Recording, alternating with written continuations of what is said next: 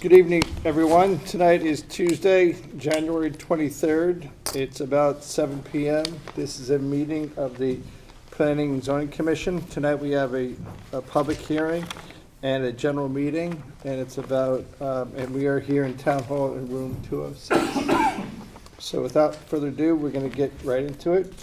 The first item on the agenda is the continuation of business site plan application number 104B, special permit application number 333, flood damage prevention application number 439, land filling and regrading application number 558, PL-23-145. It is 1852 Darien 1 LLC, Cloud 10 Smart Wash at 54 Boston Post Road.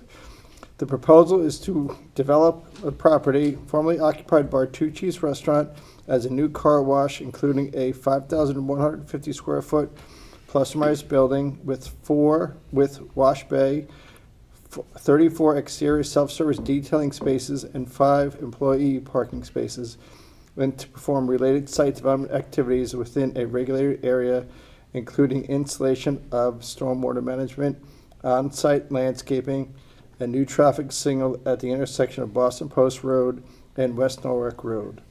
The 2.13 plus or minus acres subject property is located on the south side of Boston Post Road at its intersection with West Norwalk Road, and is shown on Assessor's map number 23 as lots 1 and 2 in the Service Business SB zone. Gentlemen, what do we got? This hearing is going to be immediately continued to Tuesday, February 6, 2024, at 7 p.m. in room 119 of Town Hall on the first floor. What was the day of that? I'm sorry? Tuesday, February 6, 2024, 7 p.m., room 119. Okay. Did I have a question back yet from the state at all? We're still working. They've approached the state of Connecticut, have to work with DOT, and this gives them additional time to work with DOT on resolving any outstanding questions or issues. So if anyone's here for the car wash at the old Bertucci site, we're going to delay that for a couple weeks until February 26th. February 6th. February 6th. I wrote down 26th. 2024, 7 p.m., room 119. Okay, fantastic. All right, the next on the agenda is continuation of public hearing regarding land filling and regrading application number 557, PL 23-140, Ivan and Adelya, I can never pronounce the last name and I apologize, Khmelevskoy, close enough, at 10 Hoyt Court, proposals to construct additions to the west side of an existing single-family residence, construction of a new driveway with a covered parking area, construction of deck, patio, and terrace areas, as well as numerous landscape and retaining walls, to perform related site development activities, including regrading of the property and installation of stormwater management. The 0.6 plus or minus acre subject property is located on the south side of Hoyt Court, approximately 240 feet west of its intersection with Hoyt Street, and is shown on Assessor's map number 30 as lot 24 in the R1/3 zone. The deadline to close the public hearing is tonight on January 23rd, 2024. We left this open last time because of some outstanding questions with regards to engineering. I think Joe Canis was going to help us out with that, and the architect and the engineer was? Yeah, that's correct. This is our third hearing night on 10 Hoyt Court. The commission most recently heard this last Tuesday in the auditorium, and continued the hearing to allow for further analysis on the amount of cut and fill on the site. We did circulate a letter from Joe Canis of Ty and Bond dated today, January 23rd, detailing the amount of cut and fill associated with the project. Joe Canis is here this evening, as well as the applicant's representative, Tessa from TJ Engineering, to answer any questions that you may have. Okay, I did not see the letter from Ty and Bond. So does Joe want to explain to us?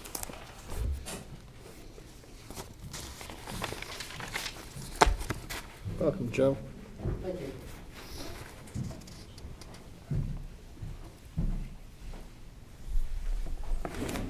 Hey, good evening. For the record, Joseph Canis, Principal Engineer with Ty and Bond. So today I issued a letter and it addresses 3 questions from our last hearing on January 16th. The first being the amount of earthwork, the second being the capacity of the Cultec system, and the last being the separation of the Cultec chambers from the walls. So those are the 3 specific topics that I examined.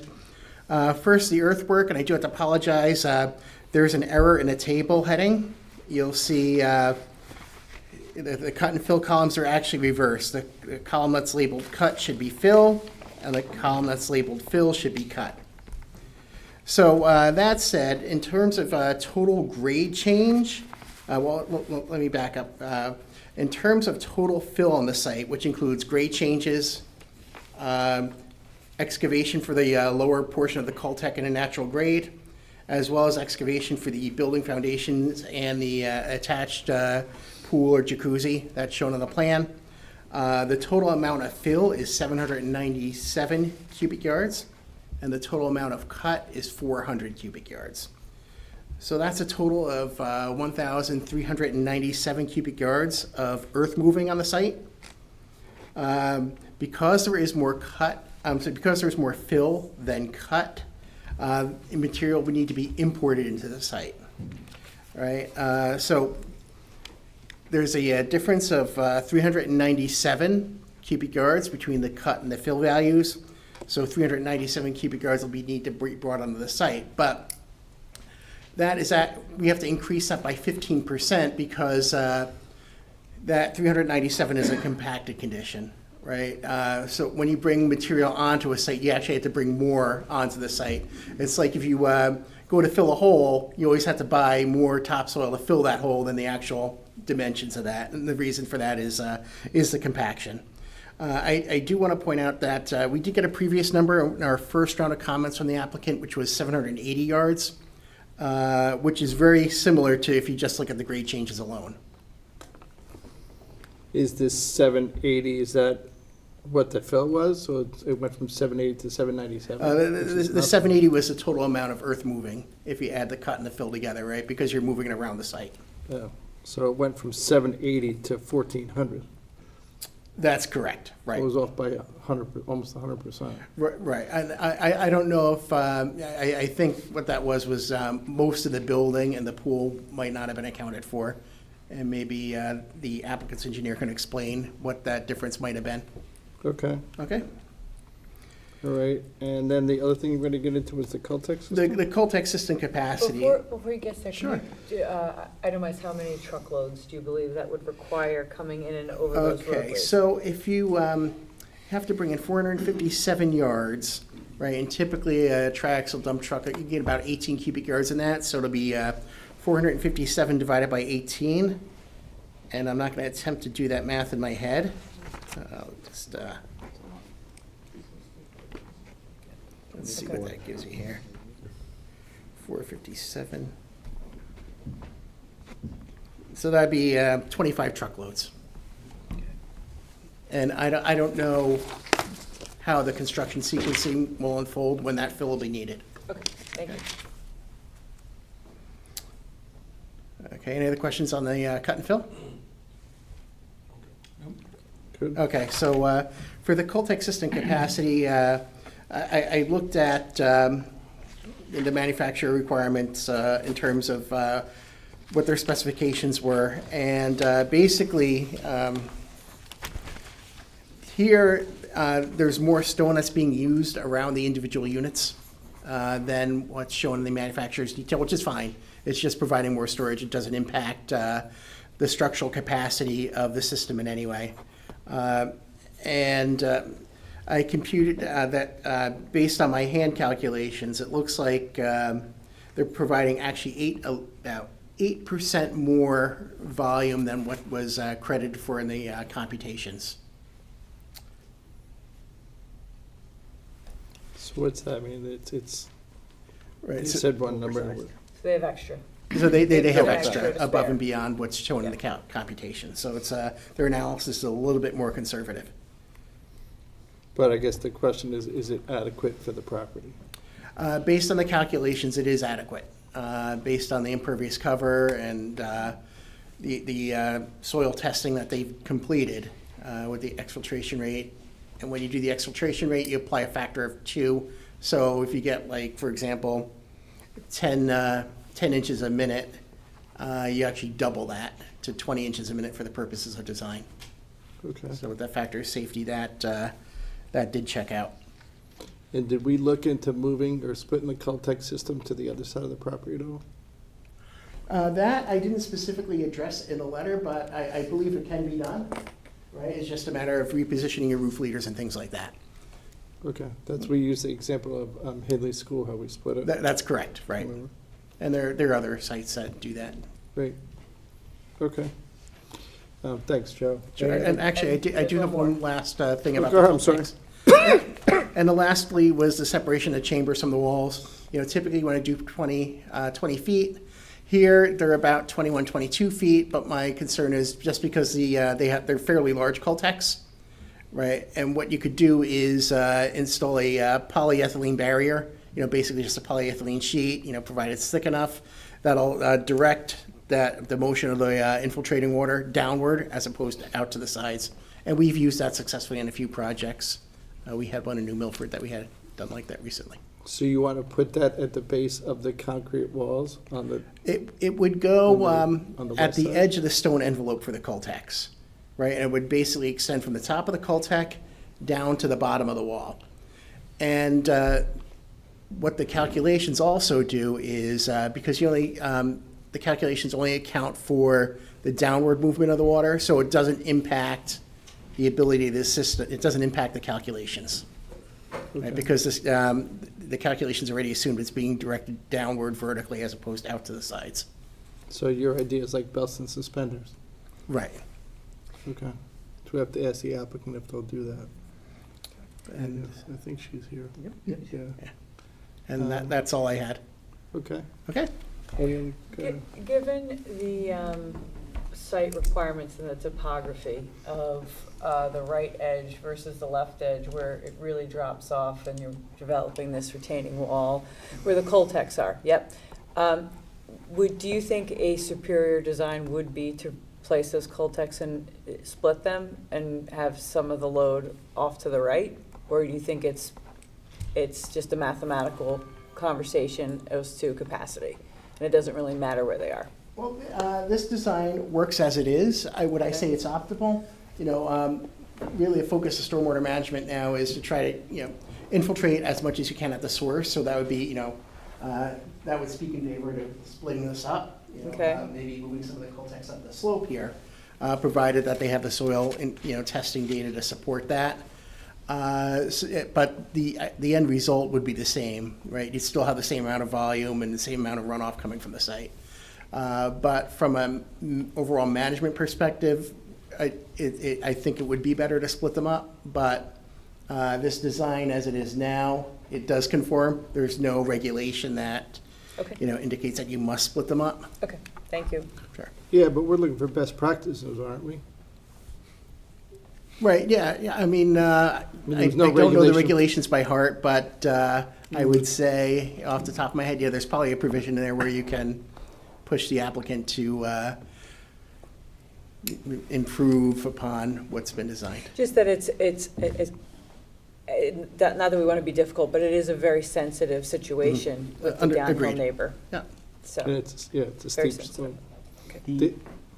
One question, the Caltex underneath the pad for the carport, they're connected to the Caltex down. Correct. So if they were to be split, you would lose that overflow drainage line, right? If they were to be, right, yeah. So that would Increase the number of Caltex on the site by doing, right, by. you would have to. Right, exactly. Agreed. So simply splitting them is not quite feasible because those are buried underneath the carport pad. splitting these Coltex over here. No, I was taking the thinking the other bottom ones, yeah. four Oh, and right, moving yeah, them. right, exactly. Yeah, right, you'll need to link these two together, these Yeah. two groupings of Coltex. So I don't think we can, The water comes off the hill in the upper west, of the Sheds. northeast corner, right? Yep. Right.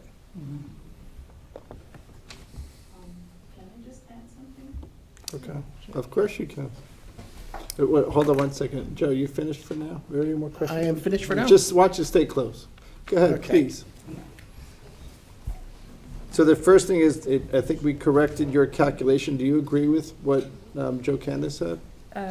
Cut and fill, yes. Yeah. Like I said, it's 400 cubic yards fill, basically, that need to be brought.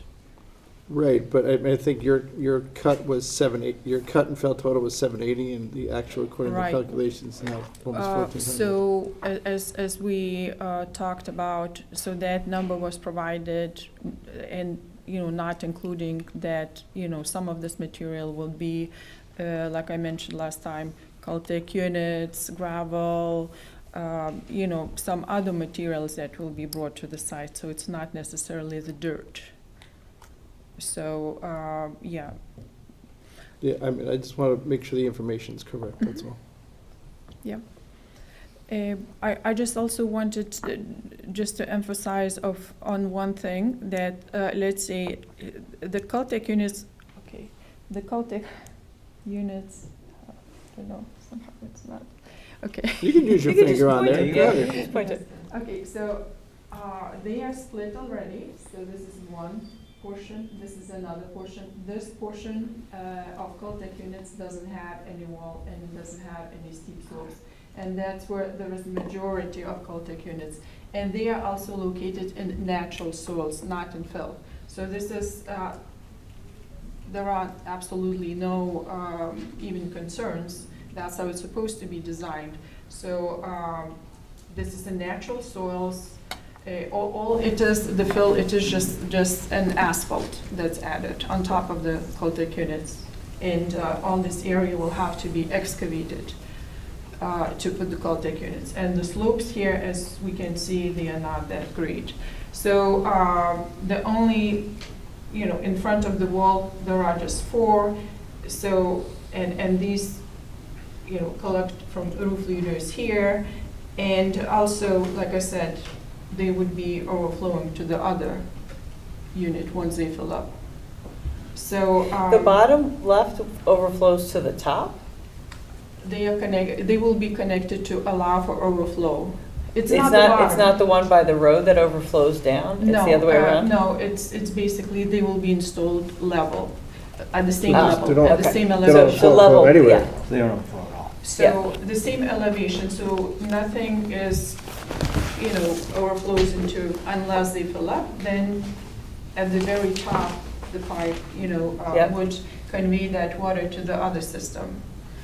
And also, so another system, there is, like I said, this gravel, pervious, Under the deck. I guess the deck that has 4 inches of gravel. So it is another system. We actually not detaining anything from here. So it's just gonna go and be contained within that gravel. Okay, then Joe made a suggestion to add a poly sheet to keep the water down inside the Yeah, context. some sort of impervious liner, we can do this somewhere here, So add that. in front of the Caltech units. But you said on the top one, that's got a concrete pad over the, So the top one does not need anything like that. It's a natural source. but it's, a minute ago you said it was an asphalt covering over that. Isn't that concrete, right? It doesn't matter. Here, it is, these Caltech units, Yeah, right. we're So covering concrete. this is an asphalt.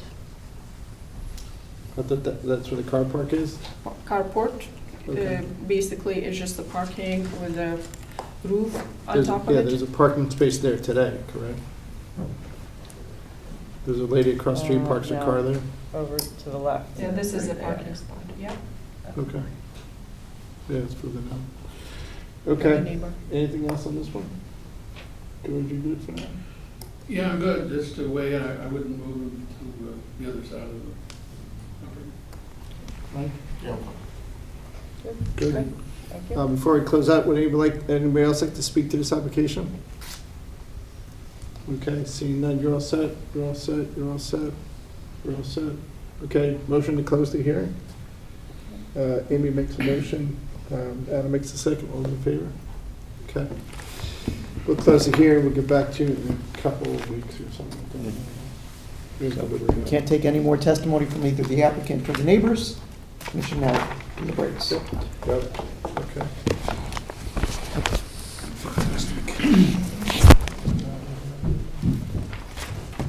All right, Excuse me? Okay. Come, Doc, hold on. There you go. okay, the next item on the agenda is coastal site plan review number 146D, flood damage prevention application number 147D, PL 23-172, DCC Revocable Trust at 29 Brush Island Road. Proposal to construct and install a dock consisting of a fixed ramp, pier, and platform, and perform related site development activities within regulated areas. The 0.86 plus or minus acres subject property is located on the north side of Brush Island Road at its terminus approximately 0.26 miles north of its intersection with Nearwater Lane, as shown on Assessor's map number 56 as lot 15 in the R1 zone. This application was submitted under sections 810 and 820 of the Darien zoning regulations, under our coastal site plan review and flood damage prevention regulations. The application was referred out to the Western Connecticut Council of Governments. They submitted comments for the record dated December 6th of last year, 2023. It was also referred out to Connecticut Deep. Deep submitted some general comments dated November 24th, also of last year, 2023. It was also referred out to the city of Stamford. Nothing was received from Stamford. This proposed dock would replace an existing dock that's located in the same location. And tonight we have John Hiltz here, the applicant's representative, to present the application and answer any questions you might have. Welcome, John. You're a frequent flyer with these docks. Seems to be what I do. Good evening, everybody. Happy New Year, and thank you for taking the time to consider this. Basically, it's been very well described. There's an existing dock at the site. That dock was applied for, my understanding, by a previous owner that was basically a developer who, for marketing purposes, wanted a dock there as soon as possible. Thus, the dock that is there was authorized under what is called a 440 dock registration. Very simple construction with a ramp and a float there. Problem being is that there's not a lot of water at low tide in front of the float. So the current owner, Mr. Carey, understands that and went through the application process in order to obtain the authorizations from the state and the Army for constructing a pier to extend the whole project a little bit further waterward out, and that's why we're here today. Okay. We look at a ton of these from you, and they all seem to check out pretty much. We don't have a plan to show up on the screen or anything, where the dock's gonna be. Hey, John, did you get, I think you got Army Corps Army Corps and Andy yes, involved sir. for this, Yes, sir. Yeah. as it goes into Holly Pond. Mhm. How much further out is it going than the? 29 feet. The extension is basically the pier. And actually, it's not even really that much further because a portion of the pier actually extends landward over the concrete slab that's currently supporting the landward end of the existing ramp. So I would say it's probably more like 20 feet. So it's going a little more landward and a little more waterward. Exactly. We basically, the piers, it's ramped up from basically where the concrete landing starts, goes over the landing, elevates in order to be There you go, there's a elevated. good picture of what you're Yeah, proposing right very, there. very good, yeah. So basically, that portion there is elevated in order to provide clearance over tidal wetland vegetation, which currently isn't there because the existing ramp is so low it shades the underlying substrate. So- Right, which is what the state looks for now, is the ramps to be a little higher. To Exactly. let the stuff grow underneath it. Usually ramps aren't problematic, you know, the state has, they can't really regulate that to elevate it, but if it's a pier, they definitely want the clearance above the vegetation. And the commission tonight is regulating the area landward of elevation 4.3, Exactly. which I think on the map pretty much is the seawall, maybe it's It's basically that line there. pretty much the bottom of the seawall landward. And when you use the term seawall, Jeremy, it's pretty, More of a it's, deck it's, wall. it's not even, it's a pile of rock. It's like, I mean, I call that riprap. I mean. Yeah, not it's riprap, basically stacked stone that's, you know, I mean, it's not very consolidated. You know, I asked the owner when we started the process if they wanted to do anything. He says, no, there's, you know, there's nothing to be gained by doing so, yeah. And Fred, if you just flip to the page prior to that, it shows the existing dock versus that's the existing dock, right? Exactly. So you can see the pads moving over a little bit, and the dock's gonna go out to a maximum of 68.5 feet. And then you'll eliminate those stairs? The stairs? concrete steps, Yeah. yeah, those go Those will go away. away. Yeah, those go away. EPC approval as well? I don't know what Yeah. what purpose they Clear serve, but ZPC they go away. And then, John, you got Does it say EPC that on the approval as plan? well, inland Yes, sir. wetlands. Yes, sir. Condition of And that was approval recently, from, within the past month or two. Yeah, right before I submitted to this Then they commission. take it away. Okay. So I guess that was from deep, the removal of concrete steps. Got it. Okay. Amy, you good? No, things look in order. Bob, you good? George? All good. Anybody in the general population want to speak to this application? Okay, seeing none, entertain a motion to close. George makes a motion, Mike makes a second, all in favor? Thanks, Joe. All right, thank you very much. Good job. Good to see you all. Yep.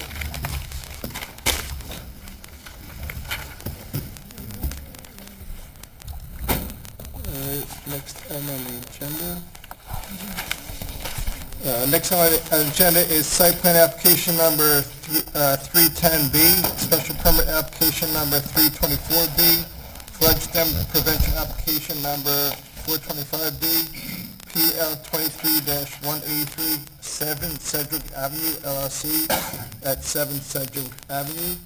Proposal to raise the existing bank building on the site and convert and redevelop the property as a multifamily residential and perform related site development activities within a regulated area, including limited regrading of the property, installation of landscaping, lighting, and stormwater management. The applicant proposed to construct a 3-story multifamily apartment building with a total of 18 one-bedroom apartments on 2 floors above a parking level. Establish a 4,969 square feet of public plaza area and off-street loading area. A total of 30 surface level parking spaces will be created under the building. The 0.49 plus or minus acre subject property is located on the southwest corner formed by the intersection of Sedgwick Avenue and Old Kings Highway North, and is shown on Assessor's map number 71 as lot 15 and 16 in the Central Business District zone. We saw this application a couple times. It was denied or withdrawn, and now we have a new one. That's correct. The commission issued a denial dated July 25th of last year, 2023, for a project similar to what is now proposed and in front of the commission. This separate application has been submitted under sections 820, 1000, and 1020 of our regulations, under our site plan, special permit, and flood damage prevention regulations. The application was referred out to the Connecticut Deep. Connecticut Deep submitted Some general comments for the record dated January 16th, which are included as part of the record.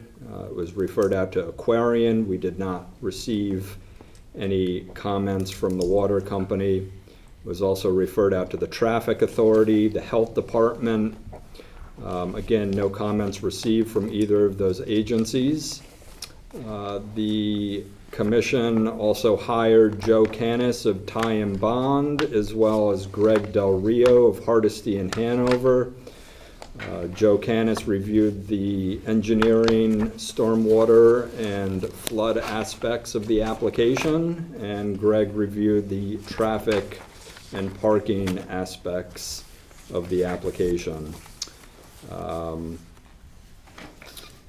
The property is in the AE flood zone, as you recall, and as of now, the applicant does need to go back before the sewer commission for a determination that that there's enough capacity within the system to accommodate this project. Bob Maslin, the applicant's representative, is here this evening to present the application and answer any questions. Fantastic. Welcome, Bob. Welcome. Happy New Year. Happy New Year, First time this year. everybody. Thank you. For the record, Robert Maslin, I'm the attorney representing 7 Sedgwick with an E in the middle of it. It's misspelled, actually. But the correct spelling of the LLC is Sedgwick with 2 E's, Avenue LLC. With me tonight, Mark Andre, the architect. Andy Simolides from Land Tech is here, civil engineers on the project. And I have, the traffic consultant had a family emergency, couldn't make it.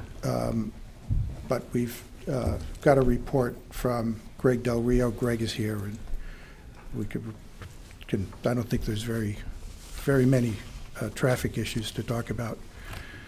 The landscape designer, I guess you'd call him, who assisted in this is Jordan Felber. He's available by phone. He's watching us on YouTube. He's out of state, so if any questions come up about the landscape, we can reach him and answer them. So I'll start with a quick overview. This is an application for business site plan review, which is the review that's necessary for the apartment building. It's an of right use. It doesn't require a special permit. The reason the previous application required a special permit was because we were going under the affordable or the inclusionary zoning reg, which had a provision in it for a special permit to go higher. In this application, we're using the public plaza areas to increase the height of the building, and that does not require special permit. Flood damage prevention permit under Section 820. And for the last several years, we've been adding in land filling and regrading just as a, in case we need it type of thing. All of the regrading is relative to installing the drainage and underground utilities, but the finished grade is going to be roughly what it is today, as adjusted as necessary to deal with things like runoff. So the project summary, we have just under a half acre of land. It's former Bank of America branch office with a drive-up teller. The building itself is obviously an enclosed building, volume in a flood zone that doesn't comply with the flood regulations. The inside floor is well below the base flood elevation in the 100-year storm. The proposal, as I mentioned, demolish the existing building, construct and I call it a 2-story apartment building, but if you add the garage level with the entry space down at that level, you count that as a story, then you can call it 3 stories or 2.5. 9 1-bedroom units on each floor. All of them are under 1,000 feet. There might be one that is exactly 1,000 square feet, but unlike last time, we're not requesting an increase in the maximum floor area. Public plaza space is just under 5,000 square feet, 4,969. 30 on-site parking spaces in the under-building garage. 27 spaces are required, so we're over that requirement. The proposed structure is fully compliant with FEMA and the Darien flood regulations. In fact, when the referral went up to DEEP, they had their flood insurance program person review it, and that conclusion was everything appeared to be in compliance. A new engineered stormwater management system. As far as we know, there's no system in place right now. And the requirement for the affordable units is 2.52 because we're more than 5 units. You've seen these last time. They're in the record. I'll zip through them. This is an aerial of the site.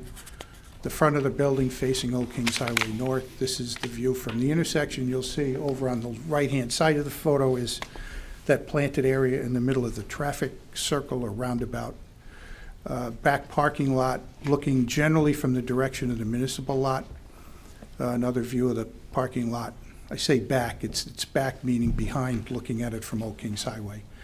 That is Sedgwick Avenue in the background, and the Houlihan Lawrence building is over there on the left. The approach from Sedgwick heading toward the circle, toward Goodwives River Shopping Center. This is the approach from Old Kings Highway North heading generally in a southerly direction. You'll notice there's no stop sign at this corner. This is one of those places where people turn right, don't stop, and they just keep going. We're proposing a stop sign and a new stop bar at this approach. This is the view from Old Kings Highway North as you approach from the municipal parking lot. Over on the left is the little driveway that goes into the parking lot. I was standing in the one-way portion of this when I took this picture. 800 Post Road, just to give a sense of what other buildings are in the neighborhood. That's another 800 Post Road. 777 Post Road is on the corner in the back on the right, and then the Houlihan Lawrence building is on the right in the foreground.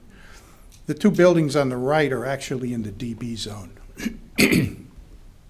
Firehouse. 745 Post Road, Academy Street, this is also in the DB zone. This is the Royal, also in the DB zone. And the semi-medical building, generally across from the Royal. Surveys. Existing survey, you've seen this before. Existing building is almost a perfect rectangle except for this cutout for the front entrance. When it was an operating bank branch, there was a walk-in teller window here, this little kind of canopy here for the drive-up teller, and the rest of it is parking. Two lanes really going in and then one going out.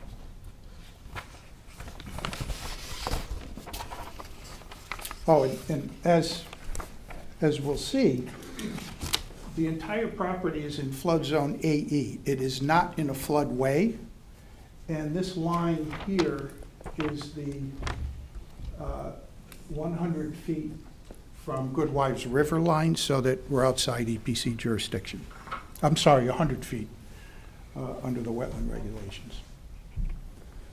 It's 100 feet setback from Goodwives River. Yes. It says, right? Yeah, this is the end of EPC jurisdiction. Yep. Rick Talamelli looked at this in the first application and said that we were outside the jurisdiction with this. You're not putting the first application as part of this one, right? No. No, this is completely standalone. Right. Okay, proposed. This is the survey, so the zoning table is up here. Everything complies.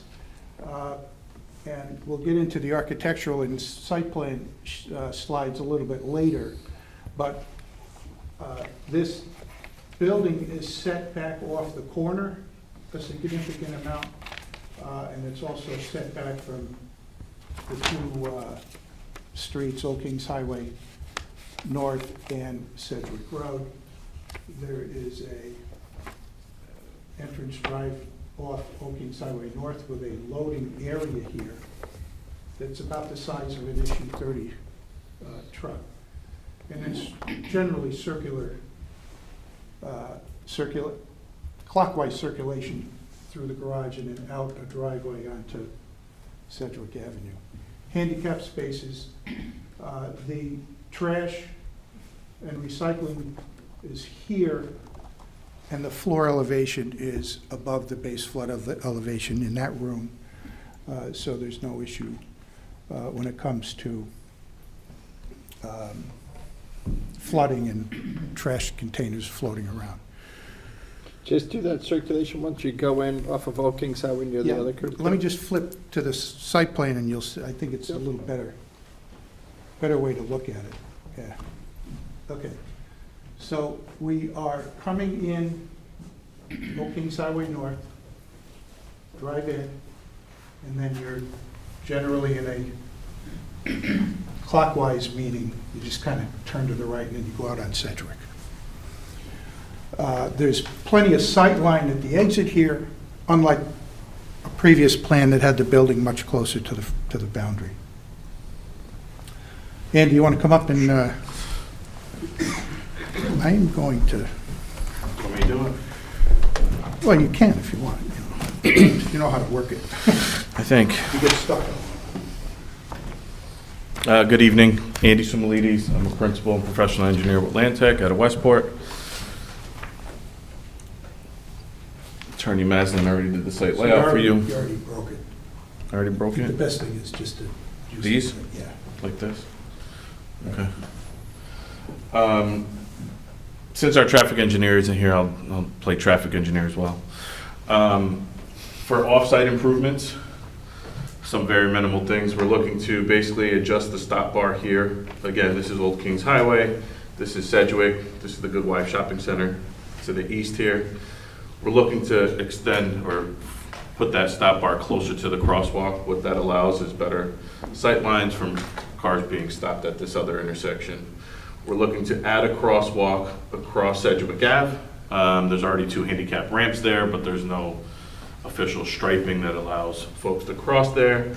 And then we're also introducing a stop bar and stop sign for traffic coming in. I think, if you guys recall, at the last presentation, we were concerned about traffic safety at that intersection, people not stopping, people just going around the roundabout, and I think this makes it a nice controlled intersection.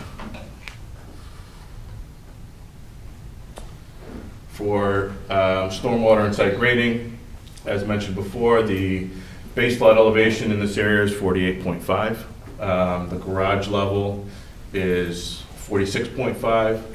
And again, we're looking to come in through a loop through here.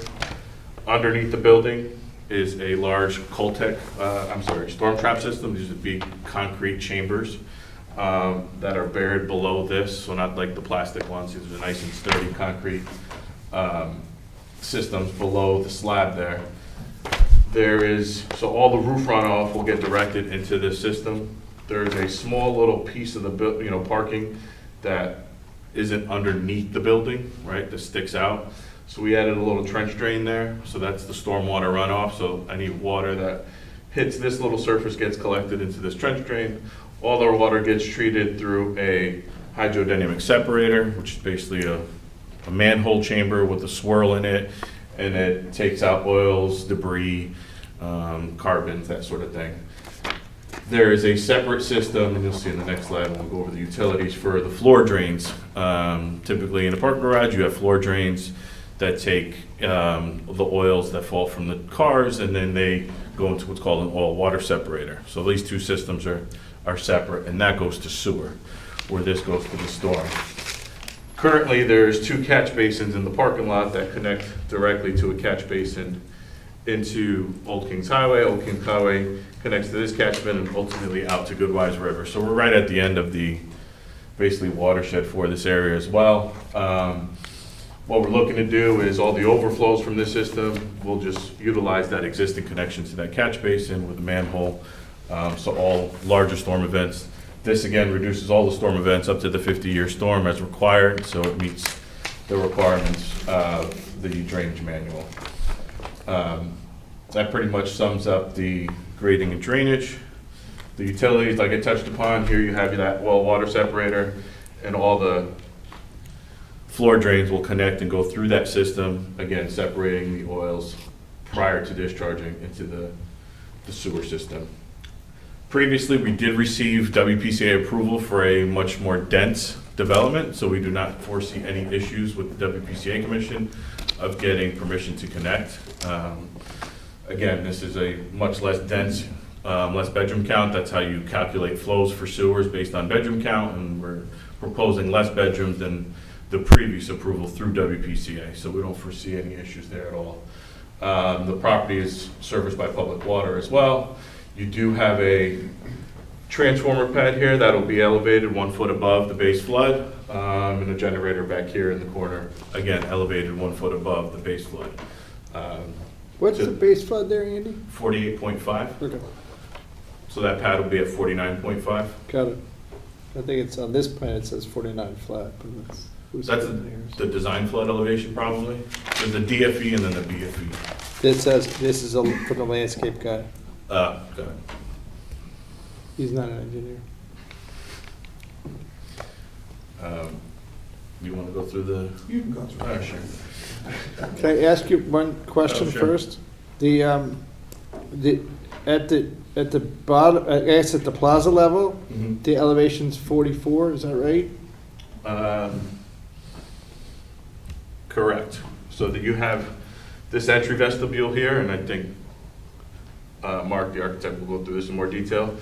And then you have a set of stairs that get you up to that vestibule, and that vestibule is now above the base flood elevation. Before we had that vestibule at that parking level, where now it's elevated above. So basically, inside the building, you would go, and Mark will correct me when I'm wrong, you basically take the lift up to that level to get into the building. And there's ramps potentially too, right, that get you into the building.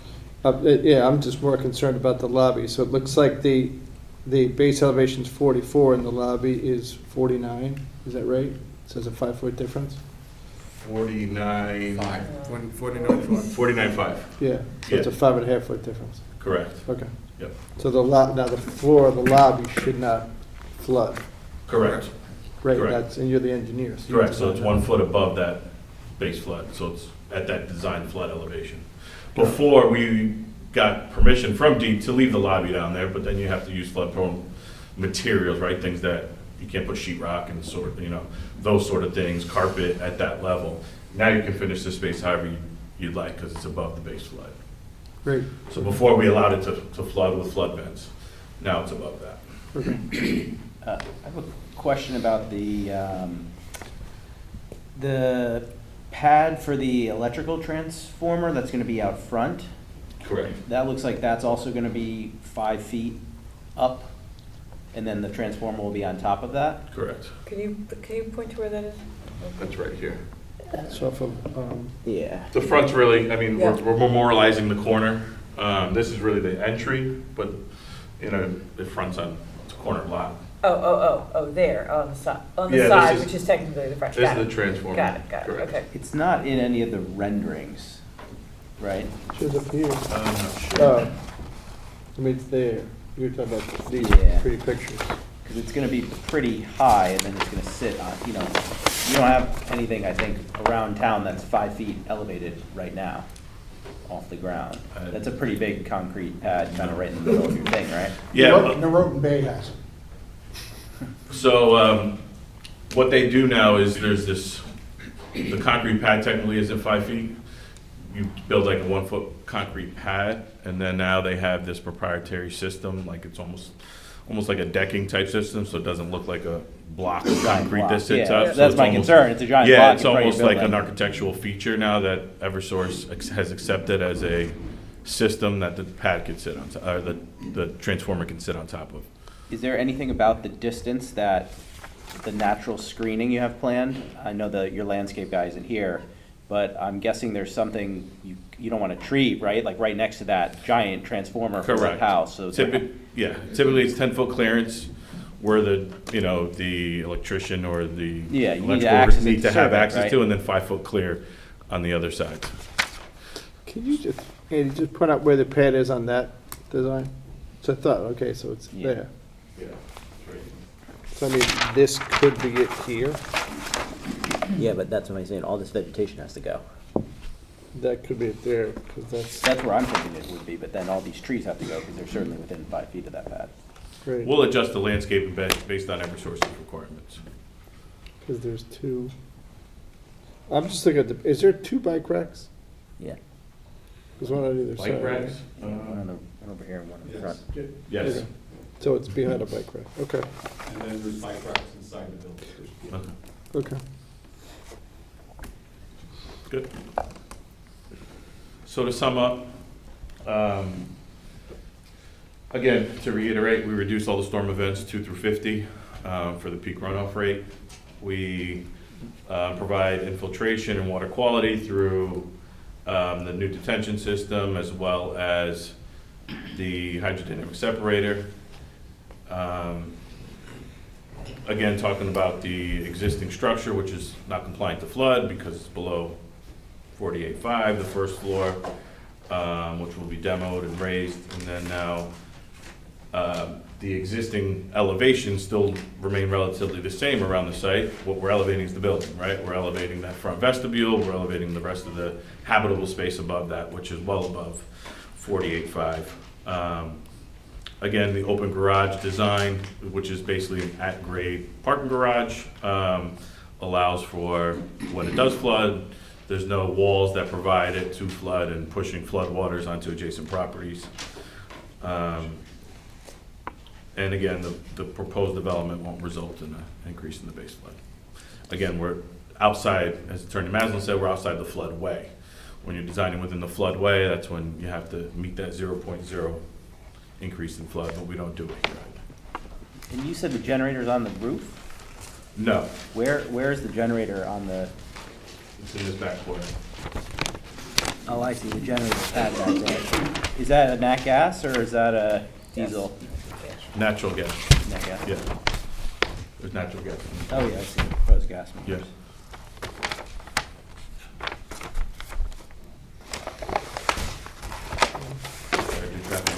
You want to play traffic engineer? Is I'll there, try. is the second lobby on Sure. Sedgwick Avenue, I guess that's the back lobby, is that at 48, that's at 44 feet? Yes. I think you'll get more clarity once Mark goes through the Okay. architecturals. The stairwell exit is. Yeah, it's 49.5. at grade, yeah. 49.5. Okay. How, with the garbage, somebody's gonna haul it down those stairs every week or day or whatever, and then back up? Yeah, okay. Andy, you have to say yes, you're at the microphone, you're on TV. Yes. Is that an engineering question? Yeah, it's a good 6 feet. It's a lot of steps for garbage Yeah. for 18 units. You know, it's not like a single family house where you got to pull it out once a week. You know, that's a big chore. It's a lot of steps. Mark can touch on. It's actually 3 feet, guys. If your floor area inside. the But building- I'm sorry, if you, Yeah. he can speak for you, or you can come Sure, on I'll- out and just You want to come introduce do yourself. the, No, I'm just saying that, so. You got a telephone? Just say your name for the My name is record. Chip Platts. I'm the property owner. The floor elevation inside the garage is gonna be elevated. So if we're at 46.5 and you're at 49.5, it's 3 feet. So you know. On your schematic, you have it at 45.9. Yeah, but you're allowed 1 foot fill here, correct? That's when you calculate building. Yeah, so we were thinking about coming up and I spoke to Andy about this, about bringing the elevation up about 1 foot inside the building. yeah, that's what we did. It's about 1 foot higher than what exists. I think this says, yeah, this says 45 feet. Andy, what's the date of the most revised plans? I want to make sure we got everyone on the same page here. 119? Okay, so the revised plans are dated last One, week? yeah. You have those, no? Yeah, your real plan, I'm looking at portions. Okay. And those revised plans reflect the new, I'll call it bottom elevation, yeah? I think I'm gonna help. Why don't we get into the architecture, they'd probably be We more have clear. new plans that aren't submitted? Let me jump in. I'm no We'll civil. come back to you then, Andy. Yeah, I'm no civil engineer. If you don't mind looking at the, Why don't you introduce your Oh, name I'm and sorry. everything for the record, so we get. my name is Mark Andre. I'm a licensed architect based out of Fairfield, Connecticut. I am the architect for this project, and you guys seen my faces here for the past 4 years. And 4 years. hopefully, we'll get your endorsement like we got the architectural review board. Welcome back. Thank you. To clarify some of these flood issues comment, if you look at the SK 100, Marty might have to help a blind man here to navigate this.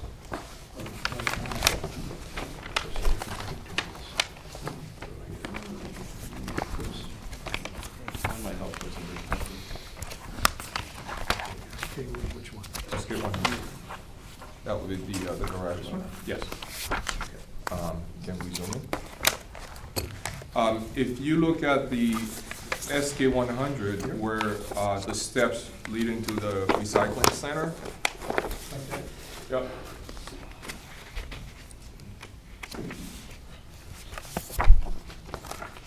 The elevation at the bottom of the landing here, at 45 foot 11 inches. The first step is at 46. And then the landing here is at 49 foot 6 inches. And our recycling floor is 49 foot 6 inches. The lobby is set at 49.6, so access to the lobby is not below the flood line. The only areas that are below the flood line is the elevator shaft that doesn't require any FEMA flood vent, but does require a flood switch. In case there's a flooding event, then the elevator doesn't go down. Then there's a small little lobby of the plaza giving someone on a wheelchair access to the elevator. That little area is below the flood zone, and that we have flood vent there. Can you just point to that, because I think I know what you're talking So about. that would be this little area here. Yep. So these two elevator bays per FEMA do not require, even though they have a pit below the flood line, they do not require any flood vent. They only require to have flood switch in the bays. So this is the only area that is below the flood line, and nothing else. That's because your electrical is upstairs, right? Everything's elevated, that is correct. I'm not sure what else, I mean, I can walk you through the building, or I can read you the last sentence from Chairman Lee's. No, you can walk us through the building. You know Liz.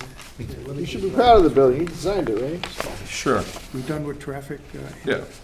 I do have a, So just leave me on the side plan, and then I'll zoom in. Just the side plan, the SK 100. This, Yeah, oh, same thing? yeah, Where do you just want zoom to in, just zoom in, Where do you want to zoom? the whole thing. Well, it only goes, Oh, you have to Yeah. kind of Pan through. around. I can't navigate this one. All right. Just leave it back. That's a shame. Yeah, just leave it. Yeah. So- doors over here. Access to this building, if you're a pedestrian, you'd be walking down Sedgwick Avenue. You either, if you're on a wheelchair, either you use the elevator area here, or if you're not on a wheelchair, then you will go to the plaza, and you go up the steps, and from this landing, you go to the lobby, you deal with the concierge and whatever else, you either take the staircase, or you take the elevator up to the upper units. If you're a driver, you will come down Sedgwick, you turn around, Old Kings Highway, you park anywhere under the building. We have access from this side of the bay to the elevator areas, or from this side of the parking, there's another walkway here that leads you to the same access to the elevators. How do you actually get into the elevator? How does a handicapped guy get from his handicapped space into the lobby? So these are the handicap spaces. Yep. So if you're an handicapped person, right, you park here, this strip, that's a no parking zone. Yep. And then this striped area here, that's not part of the no parking zone. That's actually a walkway giving everyone access to the elevator door here. So the elevator opens towards the, So the elevator has two doors. There's a door that opens to the garage level, and then when it comes up to the lobby, there's a door on this side that's open into the lobby. And it's the same configuration for the one facing the plaza. There's one side of the elevator facing the plaza has a door giving access to an handicapped person, and then when you come up to the lobby or to the upper apartment, there's another door facing the lobbies. So in the elevators, you've got like an L, let's say, for lobby, and then like half a floor, 5 feet lower. Correct. You've got the garage and the handicap That is, spot in the front. that is correct. So that access to elevator 1 from the garage that you've striped out, Yeah. that bit, that's not a ramp that goes up, that's just flat space. Okay. Correct. So Yes. there's like It's not a ramp. there's like a half floor in the elevator, right? Correct. There's like So a it's- lobby minus half. That is correct. Okay. So you would have a custom stop at the Yeah. garage level, bring you up, and it will be the same condition at the plaza. So you come Got it. in, you come in on G, which is garage level, you press the button, you go up 5 feet to lobby. Correct. And it's same from if you're outside. The idea with the outside, we provide the access assuming that there could be someone on a wheelchair coming to inquire about the apartment, not a tenant. We will assume any tenant will come in, they park in our building, then they will use the main entrance from the garage. But if you're in a wheelchair or you're not quite an able body, then if you walk down, then this will give you access, so you don't have to go through the parking garage. So that's give direct access to the lobby. So they can use the elevator from the outside, bring them to the lobby, figure out whether they want to rent from us or not, or go visit their friend, and then they can exit out the same way. Where is the access from the garage? Apart from that, just that striped area, is that the only spot in? Here? Yeah, is there another? This one is another access. So if I park here and I walk down, then I can connect to this stripe area. Are there any stairs? No. No, so you have to use the elevator from the garage? Correct.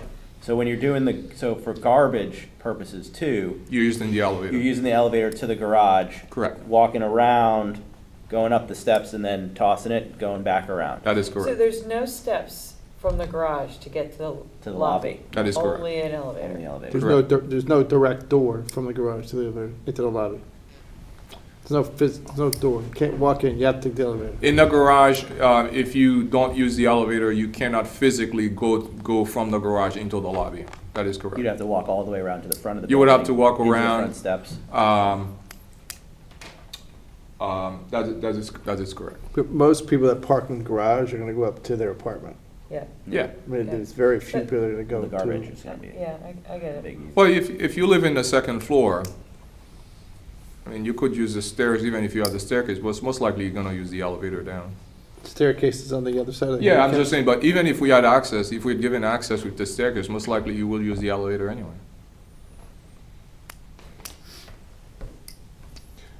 You can't get to where are the stairs from the garage? There are Recycling. no. Oh, all the way at the back of the building? So we Is that what have you're two, saying? we have two means of egress.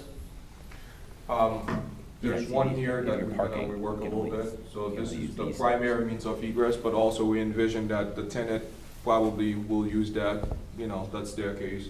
And then the other one is over there. So when you come down to this landing, that landing is at 49.5. So it's not, the landing is not below the flood zone. Yeah, I see that. So essentially what we did, working with the Architectural Review Board, we addressed all the flood issues that we had previously with our application. We set the building back. We introduced the public plaza that the folks at the Architectural Board really wanted. And we truly believe that this application is a lot better than the one we had proposed to you guys before. We have less unit, we have more open space, and it's a FEMA compliant building. And we truly believe that aesthetically, this building is much nicer than what we've done before. And then if I can conclude with this, and I'm just gonna read you this one last paragraph from Liz. Thank you for all your hard work considering the lasting architectural implication of this building and how it will set a tone for our town for many years to come. We look forward to seeing you in exactly this. And I look forward to come down to the parade down on Goodwife after we're done with this building. Oh, sure. And we can show you some of the beautiful rendering that we did. Question for you. Is the loading area striped? I think in your renderings it's not. It just, We can stripe it, but no, we're not showing it striping in the rendering. so right now- That's a no parking zone. Yeah. got it. Okay. So this is the view from when you come around the corner, Sedgwick and Kings Highway. I'll come over here. Sure. You're You moving. you talk. We have a I'll combination. push the button. Yep, we have a combinations of brick, channel siding and AZEC board. These are AZEC board, these are brick. And these windows, they have shadow boxes to create beautiful shadows around the windows, so they have low projection. We worked out all these details with the architectural review board. We even give them architectural details showing how these things will be constructed, and that's all approved. We have a series of balconies and pergolas and porches to provide outdoor spaces for our tenant to use, in addition to the plazas that we have at the ground floor. We have a series of bike racks located on the premises and outside in areas where we encourage people to bike. We have them by the entrance of the building, and we have by the exit of the building at all the plazas. Next. Yes, please.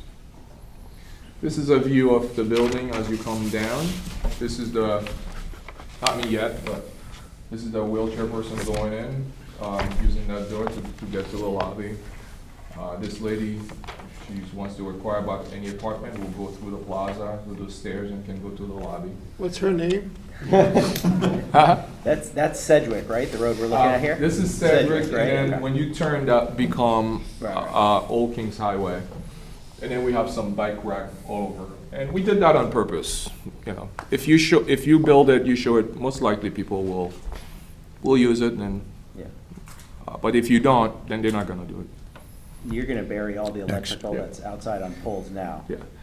And then some of the use of the materials is basically the idea of try to create separation between the apartments. So you have a series of block that's defined by the materials and the fenestration. Mark, is that where the transformer's going to be? The Up- transformer's up- gonna be Up on right that planter? Yeah. behind looking those thing? ones. Yes. That's So that planter's raised anyway, so it's Yeah. not like it's its own platform. Sure. Did transformers on the Sedgwick side? No, Is that right? the Kings Highway side. So I thought- All Kings Highway. It's on the OK, Right right. there. Point to the, It will be here. those, Yeah, my concern is that you might have to lose those trees as shading for it based on how far away they've got to be from that transformer. Right, Okay. so they're nice now and blocking it in this rendering, but Eversource might say you can't have it. And Then I would say we will address it with Eversource with when some time comes. screening or like a Yeah, fence or something. and then we may have to come up with a different or kind of maybe you just screening. enlarge the planting Yeah, area yeah. so it'll fit. Yep. Next, please. And then this view is along the back of the parking lot going to the other plaza that's in the back of the building. You know, same treatment, a series of porches and balconies and pergolas. And all of these areas provide, in some units, they provide, mostly in the upper units, they provide outdoor spaces for the tenants. Some are covered and some are semi-covered. And then this is the back plaza area, and then this is the staircase leading to this exit. That's that back stairwell right there. That is correct, yes. And then this is the glory, basically. And the whole idea here is that we want to invite folks to use our ground, you know.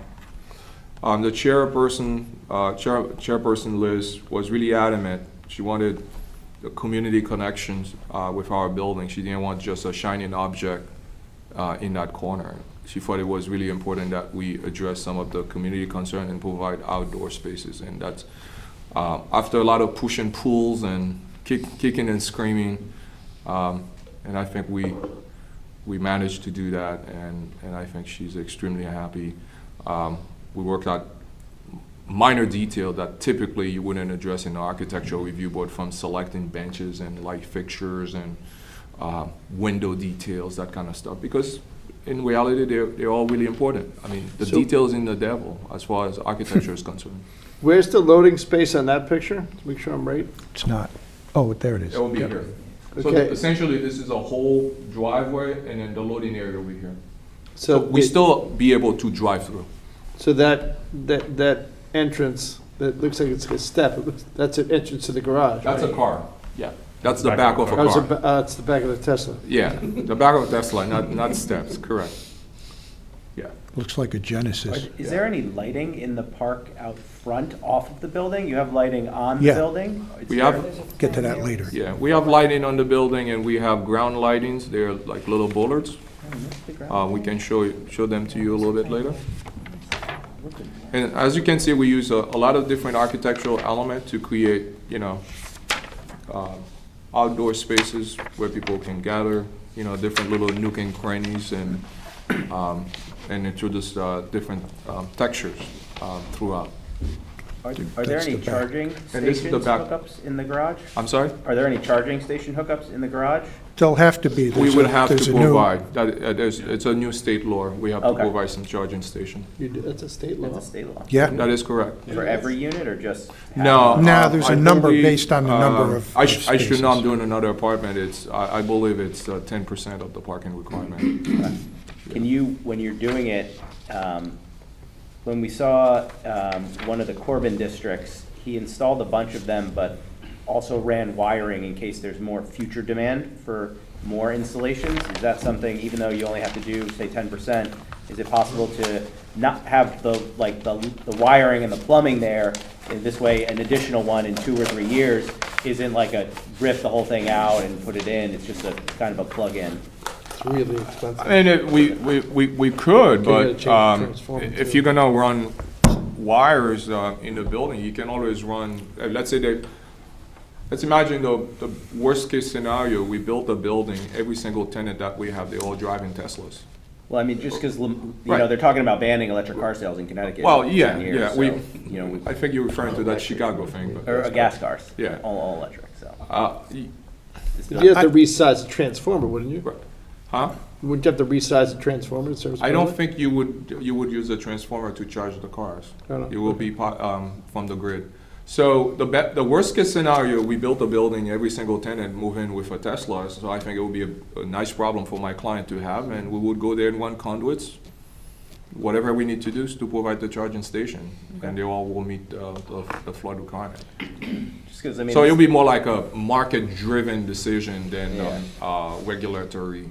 Yeah, I mean, this thing is gonna be here for 30 years, certainly in 20 years from now. As an they'll architect, all I don't disagree with you. They'll all be electric. But we're You'd not be there able to yet. run conduit. But we can run conduit. Okay. I mean, if you think about it, you could have a parking lot now and you decided to put a charging station, just go there and do it. If you have the demand, you would do it. That's the plaza area. in That's back. the other plaza in the back. Next, please. That And- shows the little notch out part that's not covered. Yeah. This is a different elevation showing the rendering with the architecture, showing some of the articulation with the parapets and the different materials and stuff like that. Next, please. Same thing. The orange are obviously brick, and then all the gray area there, channel siding. They actually bore out channel siding. That's all the way around now, so That is correct. All the purpose. SK 100. Yep. You already went through this. Yep, we already did the walkthrough. And then the upper floors, we have all one-bedroom apartment. So this orange area basically is to signify our circulation, taking you from one staircase to another. And then there's another corridor here. And all these apartments, they're all around 900 square feet to 1,000 square feet, and they're all one-bedroom units. And then this is an enlarged, Oh, sure. this is an enlarged unit showing outdoor spaces and, the seating area, and then how units is basically, will be organized and finished. Next one, please. And I think that's the second Second floor floor. apartment. In the second floor, we have a lot more outdoor spaces, showing some porches, trellis. This is all exposed to the element. This is covered. This is a porch. That's a porch. That's a porch. There's a little balcony. This is a porch with a combination of trellis. This is another porch with a combination of trellis, and these are porches. And we have these little.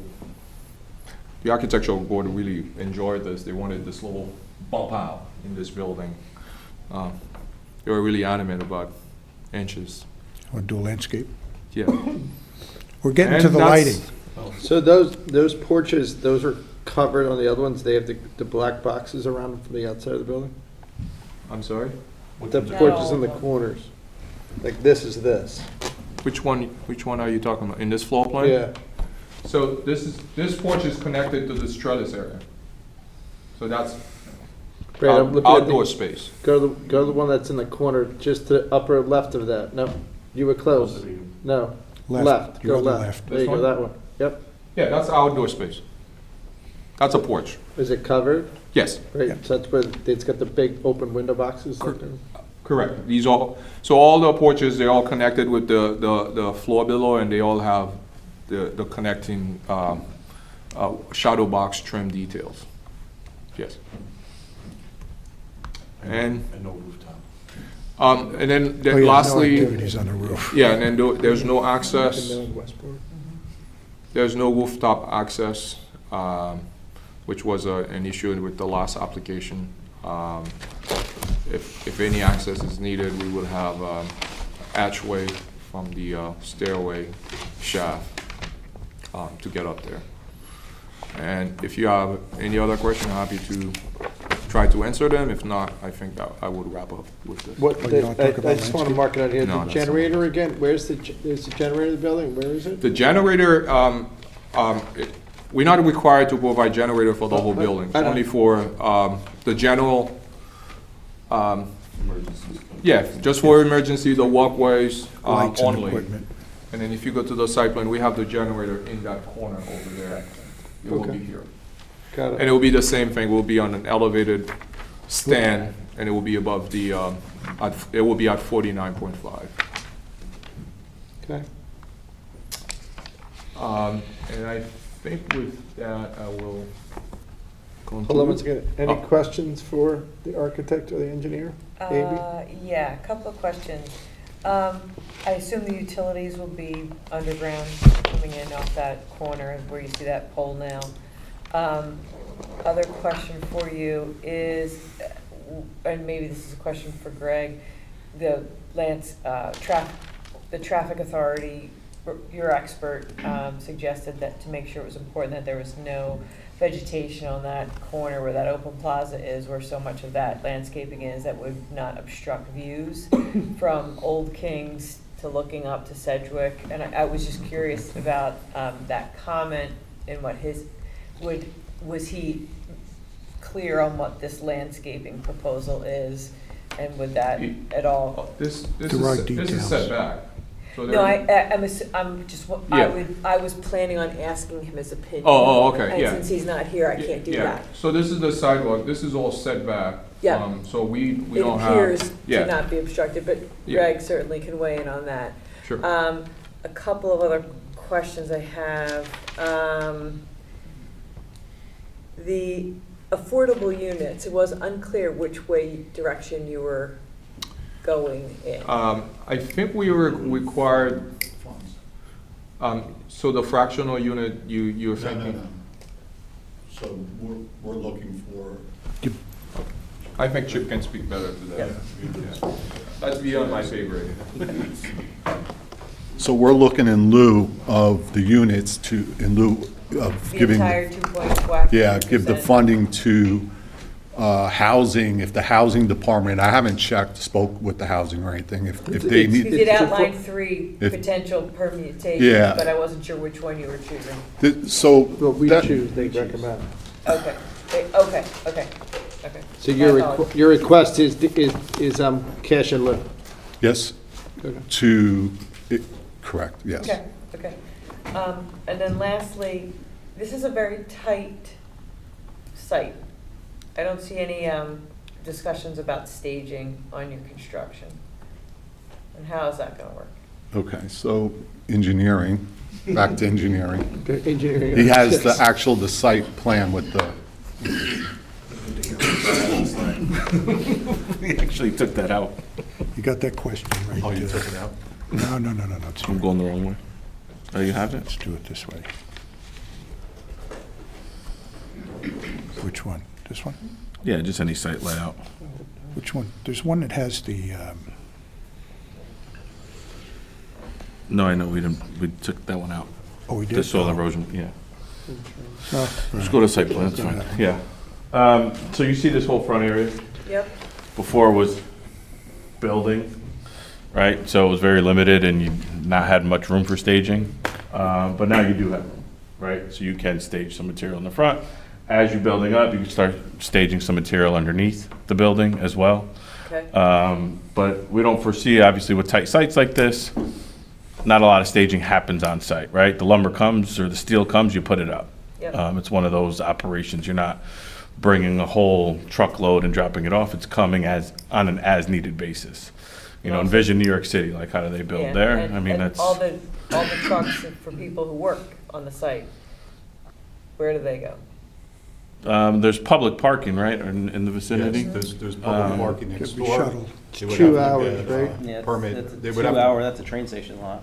No, there's actual state parking lot right next door that they could get permitted, or, you know, you're not gonna have all these people on site. First of all, it's gonna be your excavation, and it's gonna bring in your utilities, so it's certain trades that are gonna be there at a time. Then your foundation, and then you start going up. Once you start going up, everything's going up It's on these amazing how many floors. trucks are on site just for a house. Yeah. Yeah, it's an operations A lot of white thing. vans. It's the subs, right? They're gonna have to manage it, they're gonna have to carpool, right? Those are the certain things But that if happen. if I can jump in, Sure, jump in front of the I microphone. think you guys are talking about the construction And sequence. just that logical staging area is in a space that could have obstructed sight lines for traffic considerations. Just want to make sure you thought that through. So, if when we're building this building, right, after the building is demolished, since we're not even building, there's no basement, right? yeah. As he said, Yeah. the site guy is likely to be maybe 1 or 2 person. If we have to haul dirt away, there'll be one guy operating the excavator and then someone else, driving the truck. So once you're done with that and you do all your concrete and all your steel reinforcement and you build a concrete podium, now you have underneath the entire building, in addition to this area here, where some of the workers can park. But at this point, we're not even framing the building yet. Yeah, So you understood. do your concrete podium, right? Now you have plenty of space underneath, and when we're ready to frame on top, Understood. I know you're talking about we're involved in houses where you can have a little army there, but Yep. Yep. Yep. this have more parking Yeah. than the typical home construction. So it's a concrete podium with stick above it. That is correct. Yes. Yes. So we would have, I do understand your concern about the sequence and how we manage the site. I think that's more a GC issue, but we do have plenty of space. I work on tighter site than this, where we basically haul the dirt away and then we brought it back. So this is actually a piece of cake.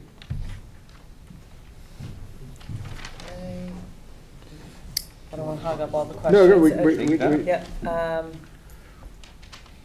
Oh, there's still I questions. think those are my questions for now. Yes. George? Well, I just kind of want to address headlong on the comments we're getting from neighbors about their flood concerns. I think I get it. I've come to understand Caltech systems and whatnot, but address headlong, that this is not going to cause greater trouble in the 5 Mile River flood. Good vibes. Well, Good we got, vibes, yeah, good vibes. we got Joe Canis for that. Andy, that's Yeah, you. right. Want me to go? Goes here. If I could just throw something in on that, George. Yep. The flooding that happened in 2021, those 2 major floods, a lot of it was attributed to the bridges and debris. So what happens is, I don't know if you guys ever, let me have these. Did you, I don't know if anyone here, did you guys ever look at the flood map there? Just, Yeah. I hand it out? Yeah, sure, of course you can. I just made a couple copies, so we don't have a lot. Thank you. So can you share? Oh, sorry, yeah. Absolutely, absolutely. So, across the street, there was a letter that was sent in by one of the neighbors. and it actually, it had, the So your, owner, so your property's here? where it says A&E zone. Where it says A&E zone, Steve? Yeah, just hold it up and point to it. Right under. Oh, it's here. sorry. Right here. Zone Right A. Steve, right here. It says Zone AE, you can see the bank building right there. Yep. That's it, right? Right. So, I guess Goodwise was purchased by a outside company that is redeveloping the buildings and so forth.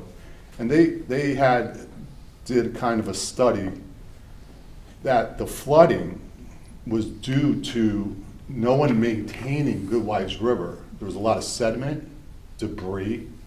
So when those floods did come, they went up against the bridge abutments, and it stopped the water from flowing, and then the water just backfilled. So if it's maintained the way it's been maintained, we've had a couple bad storms recently within the last 2 months. I watch it constantly. When they say there's gonna be 5 inches of rain, 6 inches of rain, I'm always constantly watching it. So, the problem is Connecticut DOT and the train, they were maintaining their bridges, and the water wasn't flowing through, it was backfilling. So now it's supposedly, they've worked on it, they're supposed to be putting in more drainage, and it should keep the flooding down. And if you look at the area that is flooded, it really doesn't go 4 feet. It's about around 1.5 to 2 feet. Can you mention about the maintenance of all these? You got it, either sorry. stand next to them or, Can you Sure. mention the catch basin that were not maintained, that was part of this letter? Yeah, so I know we don't. there was a letter to the board. Yes. Yep. It was Okay. attached from one of the neighbors. And I had reached out to the person that wrote that letter, that works for the company. She no longer works for them. She didn't write the letter saying that she didn't want this project to go through. That letter was written in August of 2023. I did not have an application in. So Ed from the association next door took that letter, manipulated, and put it in his letter, if you look at it. But there's a lot of good things in that letter from the owners of that commercial property. That there was issues with the flooding was caused by non-maintenance of the river and the bridges. The vegetation is the. If I could just add something to this. I mean, the answer is kind of yes and no, but okay. Oh, We're well, gonna let it go. That's fine. If I could just mention 2 things. One, the regulations require a new engineered stormwater management system that will reduce the flow or equal the flow based on the fresh meadow approach, which means there's no building, there's no impervious. The proposed system actually reduces flow at each storm event up to 50, based on fresh meadow, which is significantly better than comparing it with what's there now. Because what's there now is probably about 75% impervious. The other thing is, the new building has an open garage where floodwaters can flow in and out. So the volume of building that's actually enclosed and sitting in the flood is less than the building that's there now. So those 2 factors alone will reduce runoff significantly, and they'll contribute to reducing flooding, and generally speaking, but it's certainly not going to increase the base flood elevation. And an That's fine, individual but- property owner yeah. just can't possibly reduce a That's- base flood elevation on a project like this. Yeah, no offense, Bob, I'd rather hear from the engineer and our engineer Sure. than the lawyer. But, I mean, I got it, you're a lawyer. So there's 2 distinct things here that we're talking about. One is stormwater management, and one is flooding. And we are not tasked, I think this is what Bob was getting at, was our stormwater system is not gonna stop the flooding. Let's just be clear on that. I think what we were hearing at the last hearing was, oh, you're gonna design something and it's gonna stop flooding. No, we are not gonna stop the flooding. It's gonna still flood. And one thing that is correlated between both of them and what Chip is trying to say is maintenance, right? So maintaining our own stormwater systems, the town stormwater systems, that will help both on a storm event and with flooding, right? So maintenance is a key component. You can install anything over the years. If you don't maintain it, it's not gonna work properly, right? So that is maintaining the waterways, maintaining the drainage systems to get the water out. So if a catch basin is clogged up, and that's what helps get the water out of the site, the water's not gonna get to the river, right? So all these things, that's where they're correlated, the stormwater management and the flooding. But they're two, I just wanna make it clear that they're two distinct, separate things. What we have designed is on a 50-year storm event, which, you know, is a lot of rain. It's what we've been getting regularly though, right? Our site will generate less runoff than it does today, right? Because we're designing it like there's a fresh meadow approach, right? So you're significantly reducing it now. Now it's all grass in our model. And that's what we are tasked with reducing from. Like this whole property is lawn, right? So obviously with lawn, water can infiltrate. Right now it's all parking lot. So we're not even showing what that differential is from what really exists today to what we've been designed to. Understood. All right? Yeah, I mean, we have Joe Canis here, he'll make sure we connect all the I think dots. we're pretty well set for now. Do you want to, We want to do lighting and then landscaping, I don't know if you Oh, glanced yeah. over that or not. The landscape, someone's gonna pinch hit for the landscaper. I'd rather have you pitch hit than the lawyer, no offense, Bob. no, you don't want to hear from me on landscaping. Mark? Hold on, before we go a step further, I didn't get everybody. I'm going to go. We've seen two guys, we saw the engineer and the architect. Thank you. You're good? Thank you. Mike, you want to chime in yet? I mean, I just have some base level questions. Like, I don't know how this even conforms to the zoning regulations. The bulk and area requirements, the parking requirements. Like, you looked at section 901 for parking, right?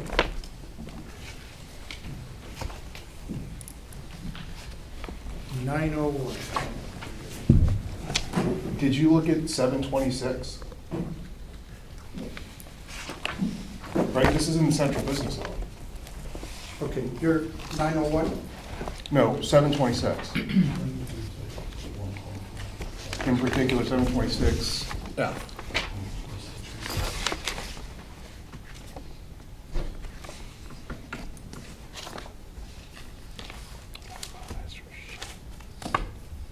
Which subsection? F, F? as in Frank.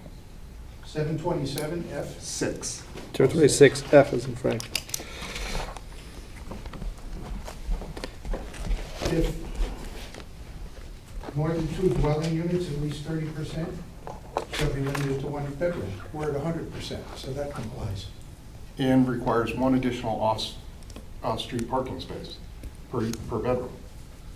Well, that would mean 18 spaces. You'll On have top another of- regulation. No, that's not the rule. That's not the Never switched regulation. it. Well, that's what the regulation It's either says. gonna be one or the other, but not both. That 1 extra bedroom, 1 extra space per bedroom is for mixed use. It's when you have retail down below with apartments above. You take the retail parking requirement and you add 1 space per bedroom above. That's what that regulation was designed for. And then when the parking regulations underwent a major overhaul a couple of years ago, the parking requirement for apartments was settled in at 1.5. So, For the multifamily that was done. for multifamily, That and was this is done in multifamily. October of It's the general and the specific, 22. But and that's a central business specific zone is supposed to requirement. be mixed use. Pardon? Central business zone is supposed to be mixed use, not just multifamily. No, Yes. no. Okay.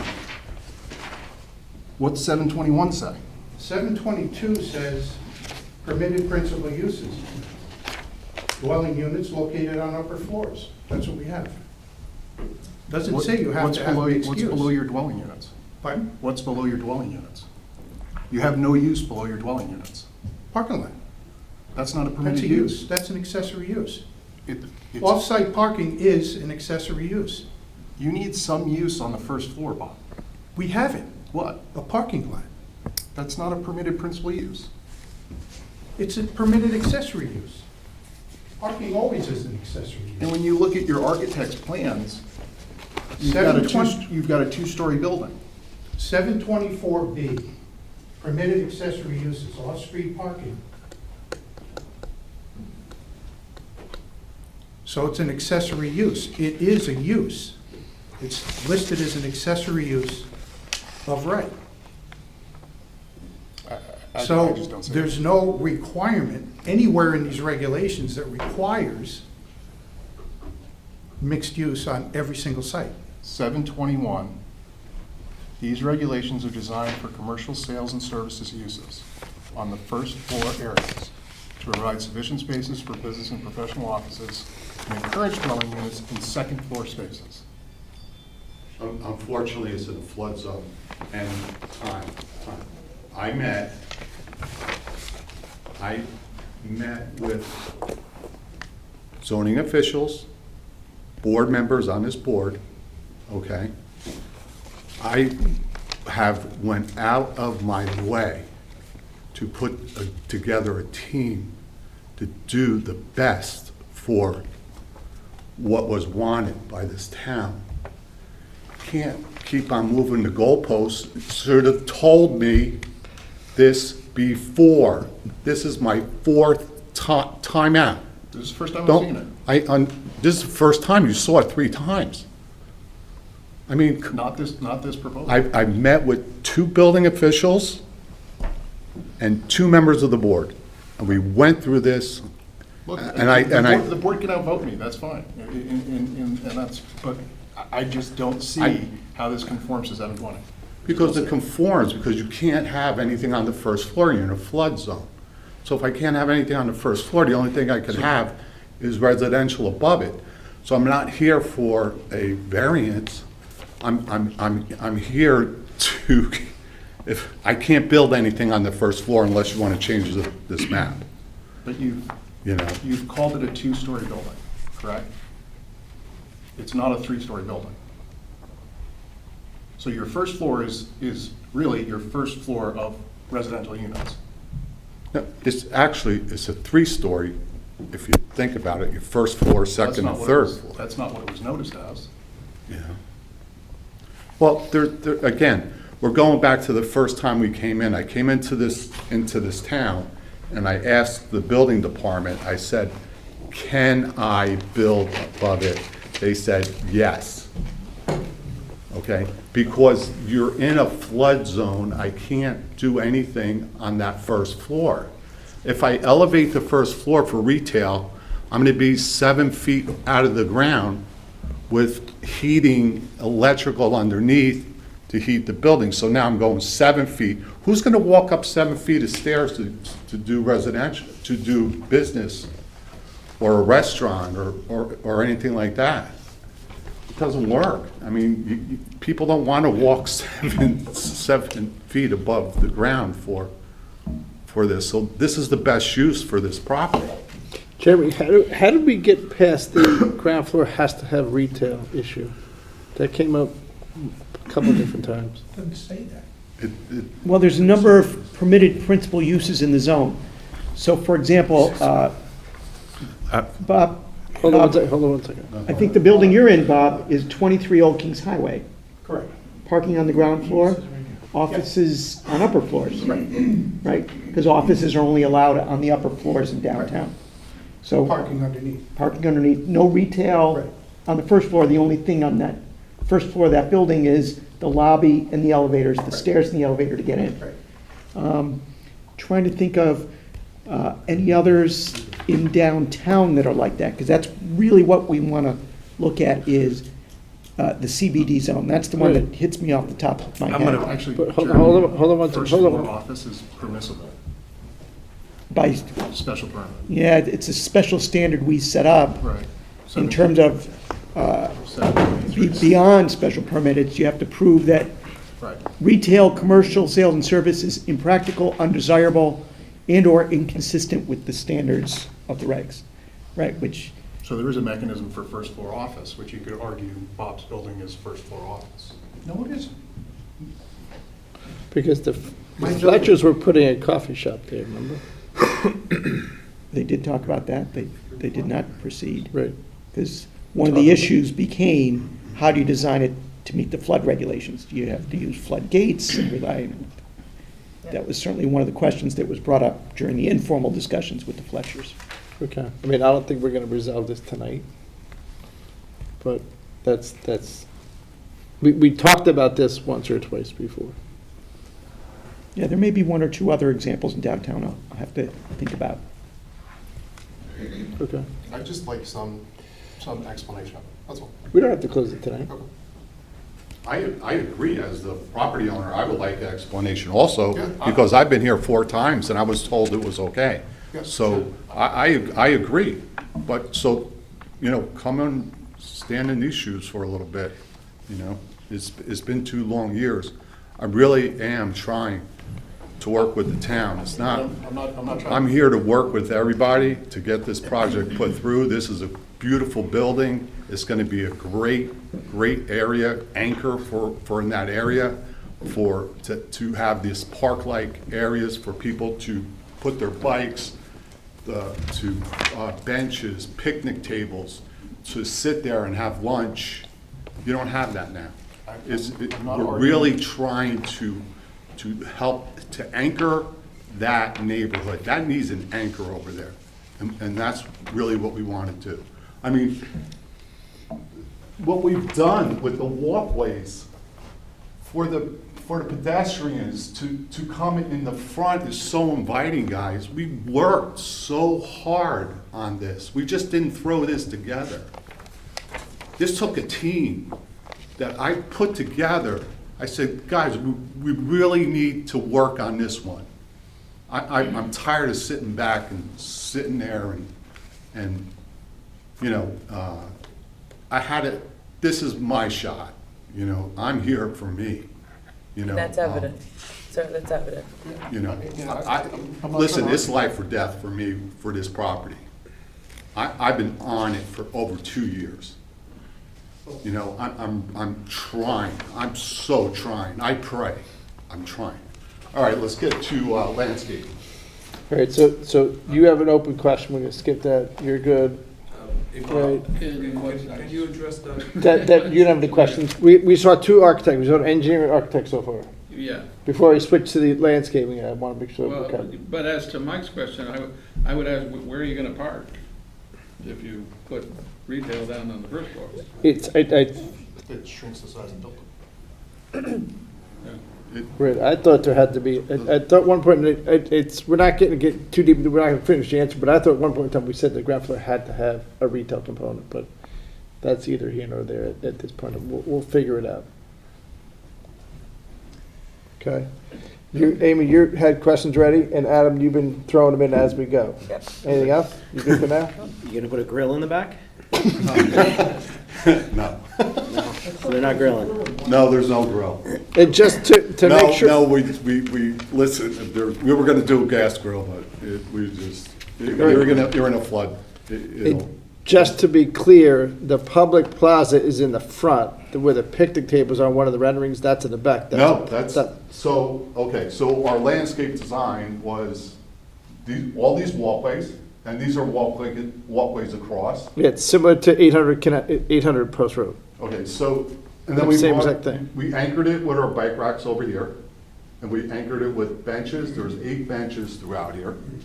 We anchored it again on this corner with another bike rack. This is also a public plaza back here. So people from 800 Post Road could come over, sit down, have lunch.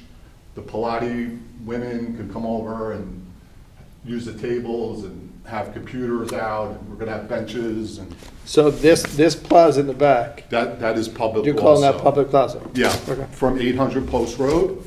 These people could come over and use that, and they also come around to the front. So it connects from here, there's a walkway here, and it comes around. And to the an front. observation that you've done a beautiful job providing each one of the units actual, real outdoor space.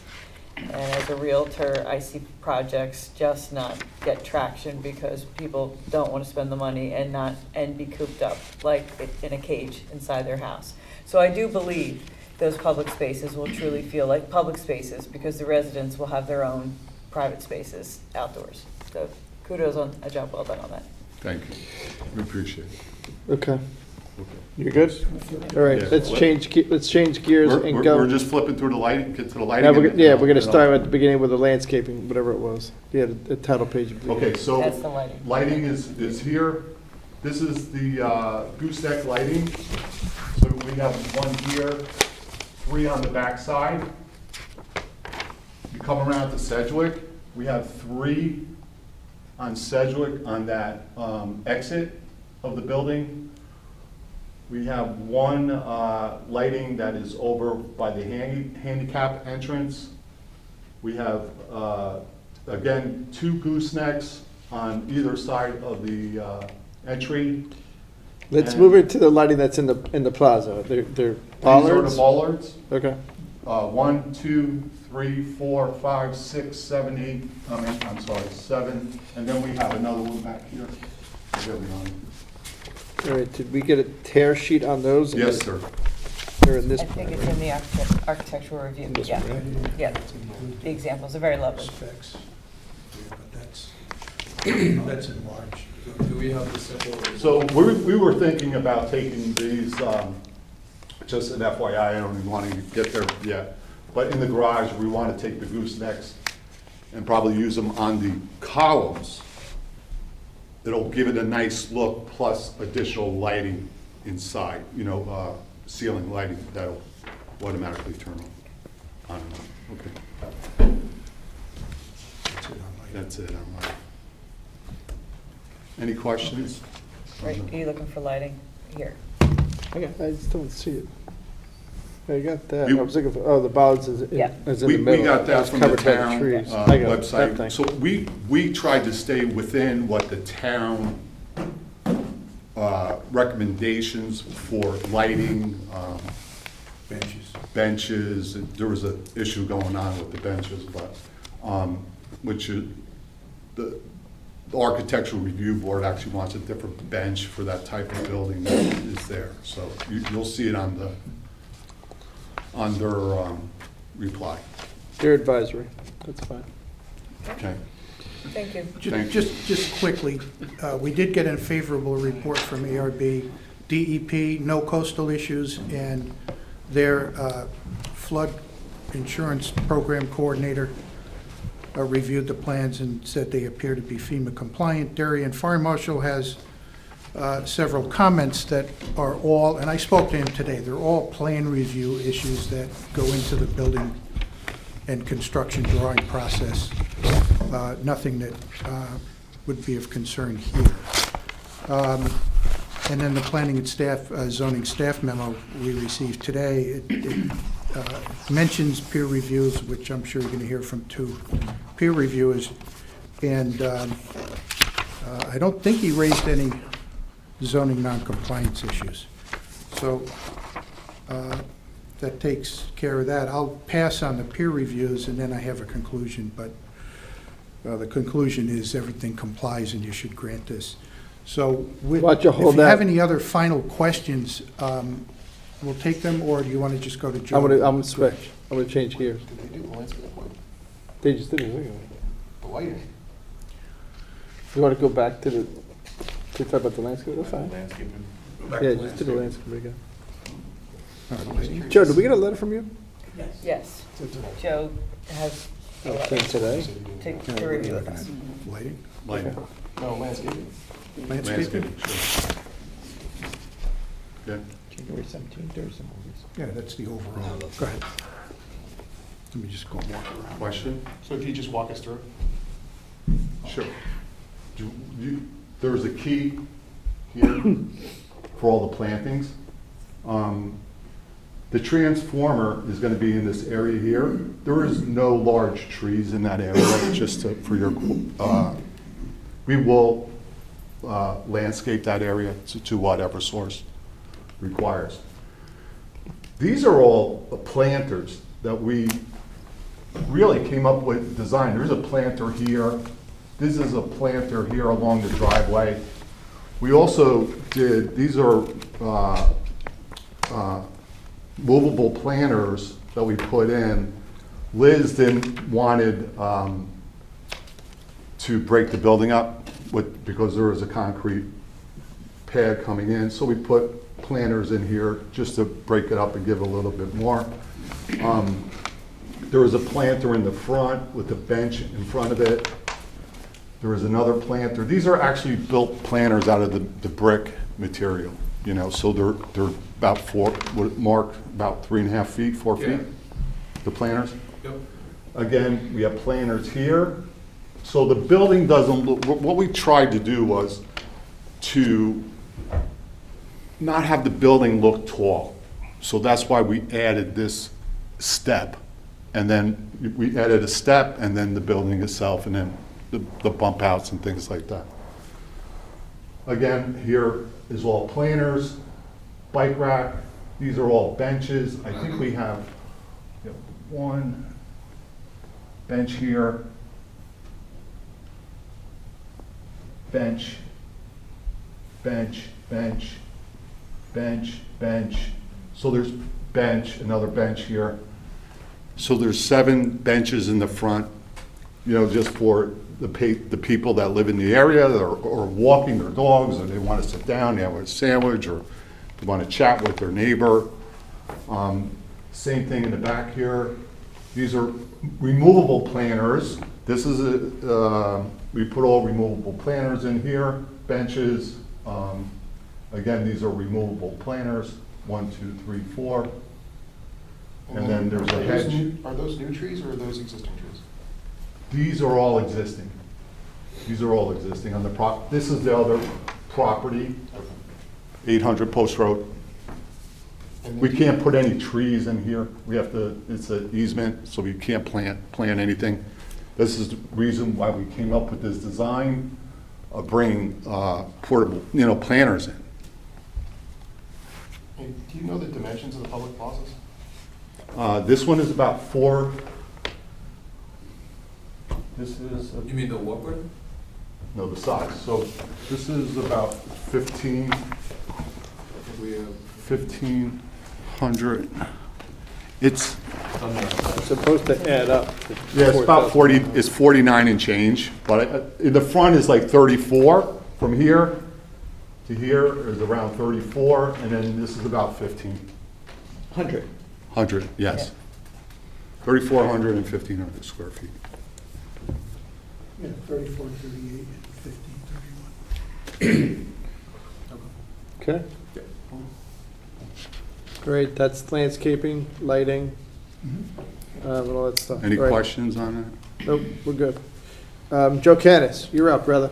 that? Thank you.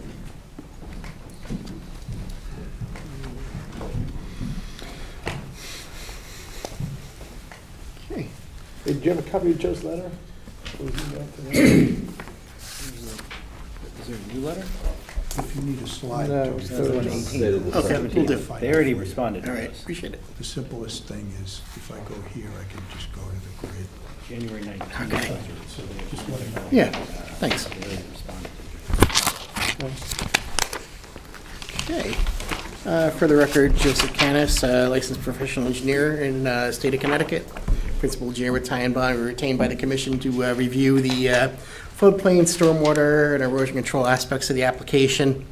I wrote a letter dated January 17th with comments on the application.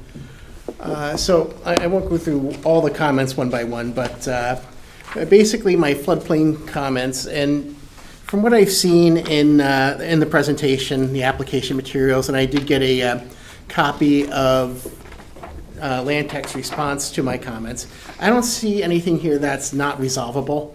And a lot of the floodplain comments that I did have were just meant to, get certain things on the record to make sure that there are no tanks or, there aren't any details that have been left out inadvertently, just to make sure that those details are covered in the plan.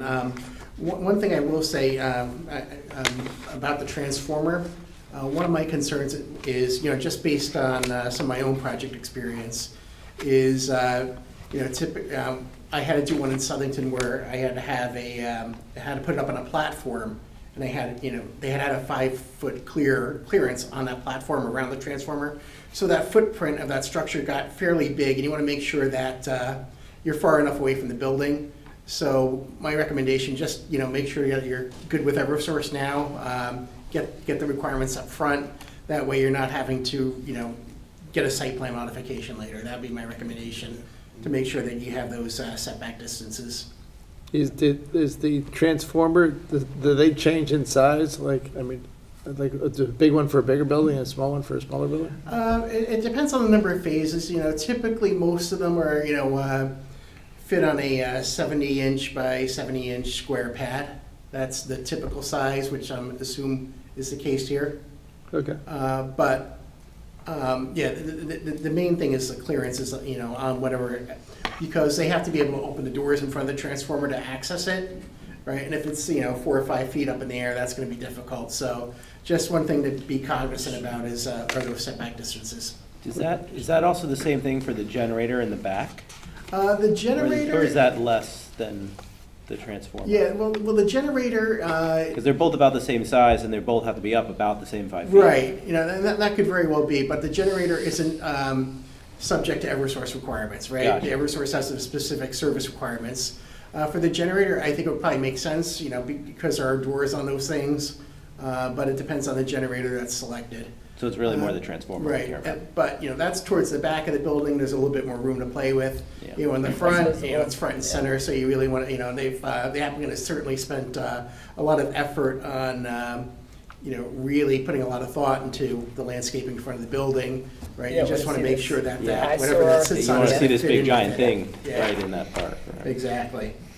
The other, and I absolutely agree with the applicant's testimony that whatever they're doing on the site, they're not going to increase the baseline elevation. From the stormwater management perspective, also agree that they're not going to be increasing flooding. They're not going to be solving the flooding problems either, but they're certainly not going to be making it worse. The one thing I did want to point out is my comment number 8 under the floodplain is in terms of access to the building. The town does not have a requirement that for dry access, right? So there's no requirement that you be able to walk out of the building on continuously dry land. That said, you still there is a regulation where you get to consider, you know, the safety aspects of building in the floodplain. And building in the floodplain isn't prohibited by the regulations. There are just more requirements that go along with it. So here, my suggestion is to defer to the fire marshal. I understand they had conversations with the fire marshal who indicated that the access to the building would be possible during a flood event with the 2 feet of floodwaters in the roadway. So that's something, you know, I haven't seen in the file. That's just that's what I've heard from the applicant. So that's just something to consider there. I mean, the fire department's going through the front door 99.9% of the time. Right, yeah, it's just a question of how they get there, right? If the roadway's under 2 feet of water, making sure that the fire department is okay getting there, if they, you know, they're confident that they can get to that building. Okay. In the event of an emergency. Did we get a letter from Bush? You did. It's dated January 16, 2024. Does he say anything about it?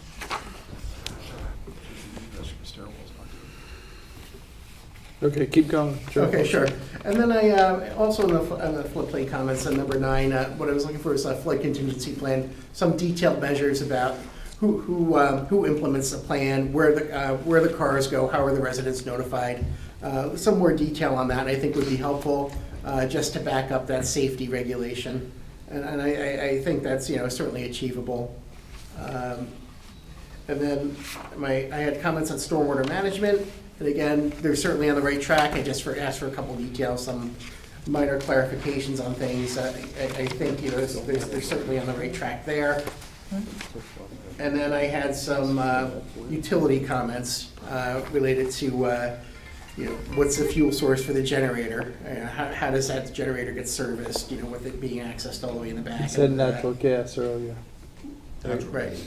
Yeah, and the applicant's working, has prepared a response, but I haven't had time to give it a full review. But it's also, so I think this is certainly an improvement over the previous applications that we've seen, that I've reviewed. And I also like that the lobby is now completely above the base flood elevation. So I think that's, a significant improvement. It's just, I think some of the, finer details, they just need to be worked out, and, I don't see that, there's any reason why they couldn't be worked out in fairly short order. Okay. Okay? With regards to the fire marshal, the item that you brought up, the fire marshal said verify egress complies with applicable fire and building codes. Egress from stair number 1 into the lobby area does not appear to meet the requirements for exit discharge. You're talking about something different? Yeah, I'm talking about something different, like in the event of a flood, and then you have the residents, they're up in their apartments above base flood elevation. But one of them residents has a medical emergency. Just being sure that the fire department can get there, that they're confident that they'll be able to respond. Okay. Right. Okay. You good? I'm good. Okay. Who wants to answer that question? Which one? About the fire marshal? I got it, because I spoke to him. The one thing that you mentioned was the access, you can't have a fire stair open up into a first level. Yeah, exhibit A. So you put in another doorway and that fixes it. Okay, so Bob's wrong. So what we're doing is, we're flipping the stairs. I spoke to the fire marshal, we're gonna flip the stairs. The door is gonna come out on the front entry, on the side. And he said I could also have a door going into the lobby. Okay, so. So that will need to be reflected on any plan. On the construction, when we do construction plans, it would show. All we're doing is, instead of going up this way, you're gonna go up this way in the stairway. That's it. And when you come down, it's gonna land. So can you just, can you Yeah. point me, or one of these guys point us to what plan we're talking about? Like SK 100, SK 105? Yeah, I'll show you. We gotta get to the architecturals. Just go to-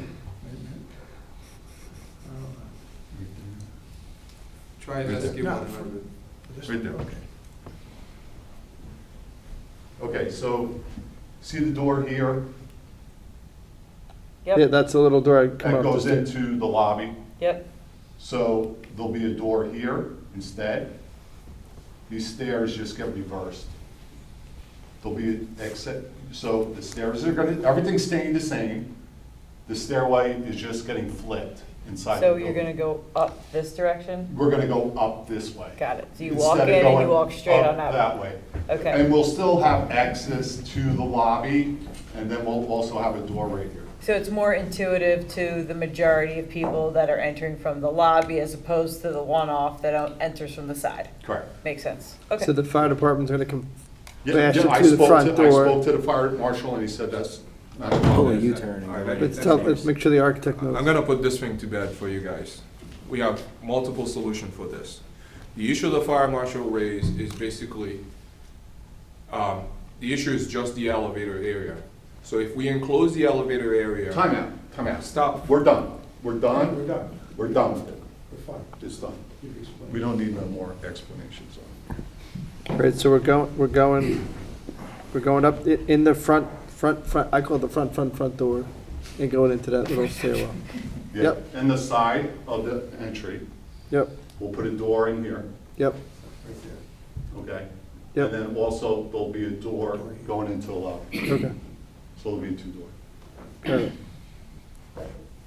Great, so that's his. Memo. Sorry, man. Verify egress and pros fire code into lobby, period, does not mean, or we just switch that. And then with regards to Candace's question, we gotta get some confirmation that the fire department can get in to the front door. Okay. I guess, they got a truck that does that, but. Okay, great. Joe, you're good? I'm sorry, did anybody have any questions for Joe? No, I think he answered, Okay. It's Mark, right, from Hardesty in Hanover? Greg. Greg. Greg. Greg Del Rio. Good time, man. 15 minutes of fame. BK's number 3. Now, you got a pinch hit because yeah. You got a pinch hit for the traffic engineer that's not here. He's watching online, so he probably gets paid.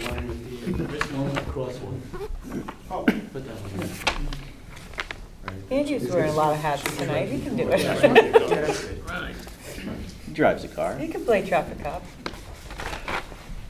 Greg Del Rio for the applicant and the town. No, he's down the middle of the fairway. Good evening, everyone. Gregory Del Rio, professional engineer in the state of Connecticut. Conducted the peer review of the traffic study that was submitted by the applicant's traffic engineer. So I did make a few notes. In summary, I provided a letter January 18th, 16th, 18th? 18th. And on that note, we'll put the glasses on. Okay.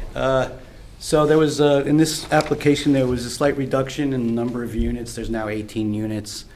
As far as trip generation goes and the amount of traffic coming in and out of the site, it's actually less than comparable to the previous use, which was the bank. So in terms of area-wide traffic impacts, is actually, you know, there's really nothing to talk about here because it's less traffic than the bank was generating during the peak periods. So that's a very quick synopsis of area-wide traffic. So now we'll move into the site plan itself and some of the issues closer. From the previous application, the site plan moves the building back a little bit from the street frontages, which improves sight lines. Just generically and across the board, it improves sight lines. But they're also moving the driveway on Sedgwick a little bit, you know, further away from the property line. To the adjacent property line, giving better sight lines to the left where, you know, they don't have control over some of that hedges and everything that conflicts. That said, with the crash history, there really was not much of a crash history. There was, the crashes were not on Sedgwick itself. There was only 2 crashes in the last 3 years, which was right at the corner of Sedgwick and Old Kings. And they were both similar on 90-degree crashes. Basically coming around here and confusion with this driver probably thinking he's going to stop as most traffic circles and roundabouts operate today. So that's being addressed by adding that stop sign to, you know, now control that conflict. Who approves that stop sign or all these stop signs in the crosswalks? So The local the traffic existing stop authority? signs are here and here, and they're adding a new stop sign here, as well as the crosswalk, which now you can put the crosswalk in. It would be a dicey thing to put a crosswalk here, even though they had the ADA ramps there, which is nice to accommodate people who are making the movement.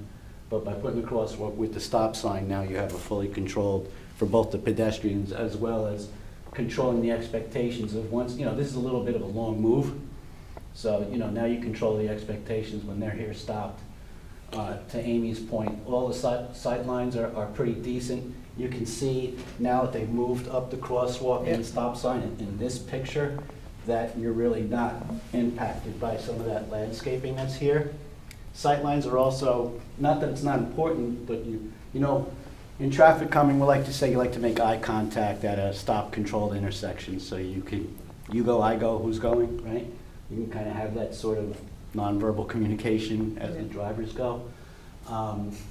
But it's, you know, it's less than important than the sight lines here where you have it uncontrolled and you really need sight lines so that they can see you starting to come out and you know when to find the gaps. But my question was, who approves the moving of the stop bar, the new stop sign that comes in, and the new crosswalk striping? Is that the local traffic? That's local, yeah. Yeah, so your local traffic authority will approve it, and, you know, I don't see why we would. When did we get that, Jeremy? I mean, now or later? Yeah, this is not a state road, so this is all. Bob, have you been to the LTA on this yet? The package was referred to them in your thinking of it. We'll check on that. So someone's got to tell us that they're approving all these things that are changing. Because I know somebody put in a stop sign once and it was illegal in the. Not in this location. No, Oh, a different okay. spot. And Don Anderson gave me an earful. Right, right. It was my fault. I didn't put it in. There's clockwise access now. Before there was full movements on both driveways. That cleans things up. It reduces, the potential for conflicts in the in and out movements. It's a cleaner movement coming in here and then exiting here, and you don't have to wait for, vehicles that may be trying to get in. It's also nicer that they put it over here so that movement, which is, a little bit of a blind and currently fast, but will be much more controlled in the future, doesn't stop here and back up traffic, which is the heavy movement. This is not so queued up often. We all know that this gets pretty bad. If I could for my question, that the exit out of the garage. I mean, me personally, I would think it'd be tough to make a left coming out of the garage. But it's improved over today, and I don't think it's rough. I mean, especially now that you don't have to worry about the speeding car coming around that you can't see. Now, when you look to your right, remember the building's put back, so the other nice thing is you can also start to see the pedestrians a lot better than the previous plan where the building was. I'm just worried about the dude that's coming down Sedgwick Avenue, which is my kid. Yeah, this way? When that light turns green and he's going to Goodwives or going to the hockey rink. Right. He's not slowing down.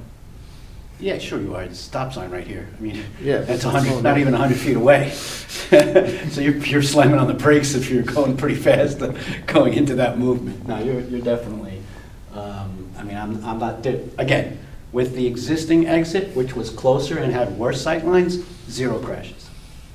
So. The existing exit from the bank branch. From the bank. They actually had 2 crashes. It seemed like, I'd have to look at the crash diagrams themselves. It seemed like they were from the description on site, on the existing driveways. Okay.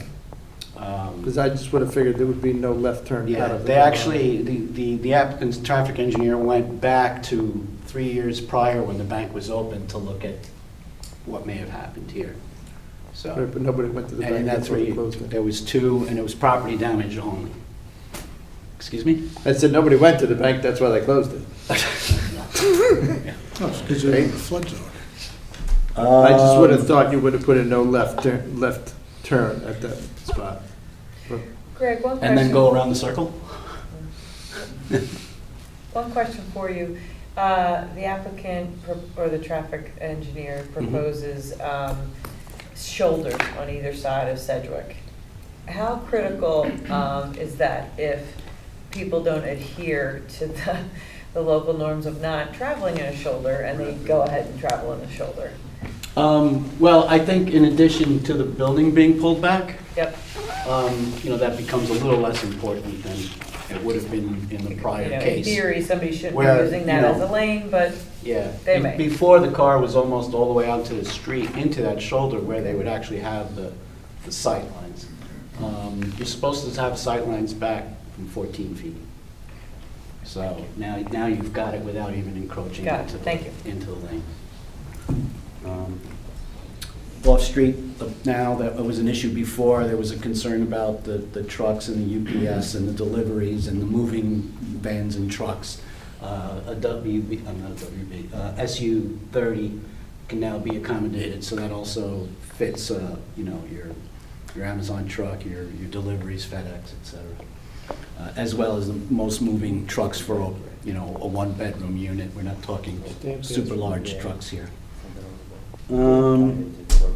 I mentioned that there was the 2 crashes. That's now, being improved with the stop signs, the crosswalks. They're improving the existing crosswalks. And the last note I have is the inclusion of the bike racks, which, a lot of people don't realize the importance of that, but that really does promote non-motorized transportation. And if you don't have it's one of the biggest prohibitors in many surveys of not using bicycles to move around, is having a safe place to lock it. So it's a nice amenity to provide it, to just round out the whole transportation assessment.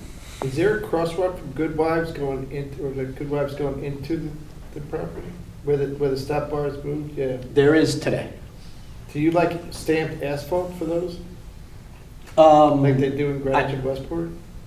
Do I like? I mean, you know, it's architecturally or landscape placemaking, sure. You Because know, it's also, but, with stamped asphalt, it's also ribbed, so it slows you a little bit.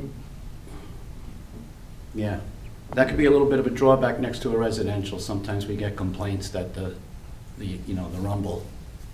In the, that crosswalk that's there currently, are you planning on moving that? Weren't you planning on moving that last go-around slightly, like angling it differently? So is there a reason why it's not changed this time? Because the building was sticking out. I'll try and answer this. You know what I mean? I thought, Yes. now I remember, I think you were Yeah, gonna that- re-angle that one. this one. Because it's kind of been, yeah. Right, we're removing the crosswalk and the stop bar. The building was out. Correct, a lot The has to do building with was here, guys. the geometry of the building. So where it is now is more suitable because you've moved the building back. Correct, so these sight lines, like Greg was pointing out, you can stop here and you can see here, right? I think before where the building was almost property to property line, it prohibited some of those sight lines. And then we reconfigured the crosswalk along with the stop sign, but now we're just reconfiguring the stop bar. So, all right, so you just moved that step bar, there's the crosswalk there. Correct. Can you make those stamped asphalt or not? I have no idea.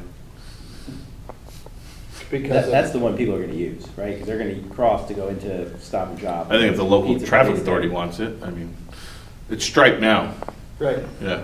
okay. Anything else for Greg? Okay. You good? George has a Go I ahead. did have a thought, talking about crosswalks, and I'm not sure this should be the owner's particular issue, but there will be people coming from the building to Goodwives, but there are also gonna be a bunch coming from the condominium complex going to Goodwives, and should we not anticipate and put a crosswalk there now while we're doing other things there? I don't think there's a sidewalk there. Across, I'm talking about across the street. Yeah. Yeah, I Two think cross- what you're saying, something here Yeah, now? that's too long. Yeah. There's nothing here. There's Yeah. nothing, that's what I'm saying, there's nothing Yeah, on that side, it's yeah. just grass. I was gonna say, There's look at no grass. sidewalk or You anything. got those photos, right? Yeah, but I mean, they're coming out of here, so here, here, and here. Okay, you know, human nature will take the shortest path, but okay, fine. That's what I mentioned. Yeah, What they're else? going to most likely cross this, if you look at the site plan, I'm just looking at the aerial now. This is an island right here, basically turns around and then it's all asphalt parking lot. There is a crosswalk here, and then you can make a nice, you know, a cleaner trip into the actual stores Yeah. on the right. Isn't there a little bit of a concrete there? You wanna at the try end? No. You got the That's photos? about the closest one. There you go. So if you did cross here, you'd end up crossing, you'd be coming to here anyway. I'm just looking, there's a little cement or concrete. Yeah, no, there is, it comes right to there. So if you want to cross. That's a to little the- ways though. But you're gonna have, I mean, somebody in the crosswalk is gonna get, Well, as I say, I'm the not sure. circle is it's- gonna Yeah. block Yeah, the front one. yeah. We have Yeah, no, to it, move that it circle. becomes a little bit of a Yeah, funky it's design. like a issue pain in because the of the way this is Yeah, coming in. that gets unsafe. No, this time of year, there's a lot of cars going there because of the hockey. Yeah. Okay. The last thing was, we touched on it a little bit with regards to the landscaping. I mean, I meant to ask it before. That seems like it's a lot of seagrass, and seagrass that I've seen can grow up to 4 feet high. And I think it's already elevated, like There's 5 feet. different- There's different There's lawn varietals. right out at the curb though. That, So I just want to make sure we know that seagrass is not going to be that super tall. yeah, there's a lot of variation Oh, yeah. depending on the variety of the seagrass. I mean, they can stay here or they can get 6 feet tall. Right. Yeah. Here, let me do So when we get into the architecture, we want to make sure, note, I feel like going back to the seagrass and talking about seagrass for 10 more minutes, it's really not there. You have the rendering? We can just look at that again. Yeah, Yeah, but you that- can see that. yeah. Right, There's Yeah, lawn we'll for check on that. significant. because the seagrass could block sight I lines. think we're going to try. All right, you asked, This has to you be good sight with that? line, so. You're a hockey guy, you're whizzing around this corner, right? You come the other way, you come Brookside. There you go. Plus, you're early to that. I could see it there. I'm late. Grass. So I would say coming from Ringside, most people assume there's a stop sign there. So I think putting a stop sign in will be a big improvement to that Right. circle. Yeah. Because it's not even a straight shot, it's like a straight kind of around the circle, but it's mostly straight and it is dangerous. So that is certainly a very big improvement to that area. We just had to get the police department, or the legal trust, or sign off on that stuff. Okay? Okay. You good? I'm good. Fantastic. All right. Thanks. We heard from Joe, we heard from you. Did anybody in the general public like to speak to this application? Please, sir, welcome. You can just state your name and affiliation for the record. And I know we got a bunch of letters today via email. I didn't happen to read all of them or many of them, but we shall.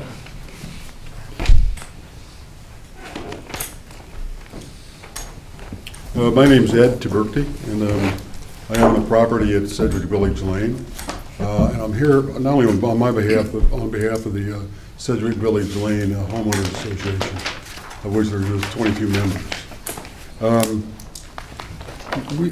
We remain extremely concerned about the flooding. We remember 2021. We remember cars floating on Old Kings. We remember all that. We lost both ends of our complex, had flooding. Fortunately, for the most of it, we didn't, but we could have. We remain concerned, not only because of this application, because I submitted a letter to you guys, which I didn't change or malconstrued or whatever the term was. Yeah, Right. I'm just stating a fact. After the old application was denied, it really didn't matter because we still are concerned about the flooding. So I contacted Ed Gentile here at the town, and I asked him, I said, who knows about this stuff? And he said, why don't you contact the owners of Good Wife Shopping Center? I said, sure, who are they? And it turns out they're UB Properties, or was, at that time, in the summer of 2023. Yep. So I made contact with Jillian Green there, and she got back to me with a letter on August 11th. It was pretty interesting and pretty, I thought, thorough. That they've been on this for quite some time, and there's issues, ladies and gentlemen, with the Department of, or DOT of Connecticut with runoff coming off of I-95. There's also serious issues with Metro North with like retention ponds or whatever they were talking about there that are insufficient to handle this, and we don't know whether or not this is even being addressed. And what we're asking you guys to do is to consider a wider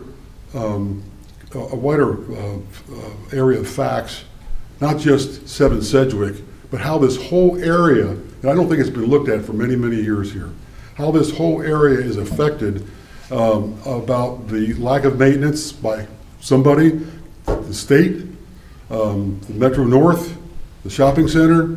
Where is the problem? Because I think we're definitely going to have more problems coming to the future. And with this new application, we just want to make sure that this new beautiful, it's a beautiful building, not much improved.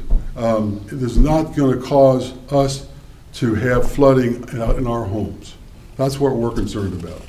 And we just want you guys to assure us in some way by doing a more extensive research into the causes of this flooding in the first place. Okay. Two quick items. One is when it flooded at one point in time, there's a bridge that goes into Good Wives. If you looked at some of the pictures, what happened, debris got stuck in there. It was like somebody's chaise lounge and something else, and the water backed up, and that's partially, that river part is on Good Wives property. I think there was a question of who's supposed to maintain that thing. Then the other choke point is where it goes underneath the railroad tracks. There's a culvert there, which is too small, and that backed up at the other end after you got past the dry cleaners and the fisherman's net. But then the other problem is on the other side of that culvert, it also flooded. which is the Old Kings Highway South, where your office is. 19 Tokenique. didn't flood, you Yep. guys did Tokenique flood. Road. George, you flooded. Oh, yeah. You know, so, There's like a sinkhole yeah, there was a big, huge sinkhole in front of that, whatever is now that church. So, it's a couple of different issues. These guys can't fix the culvert, right? Well, it appears from what I can, But what I I can tell gather you from that culvert UB, is in the town permitted conservation development to get. it appears to me like the flood prevention is old, outdated, and wasn't, and I think it's even quoted in my letter, it hasn't kept up with all the development in the town. So it's inadequate. And our concern is to add to the inadequacy is causing maybe a bigger problem. And if there's something going on at Tilly Pond that I'm not aware of, one of our owners seems to be aware of something, there's gonna drain into the river as well. Is that gonna, what's that gonna do to the situation next time we have, 5, 6, 7, 8 inches of rain? Great.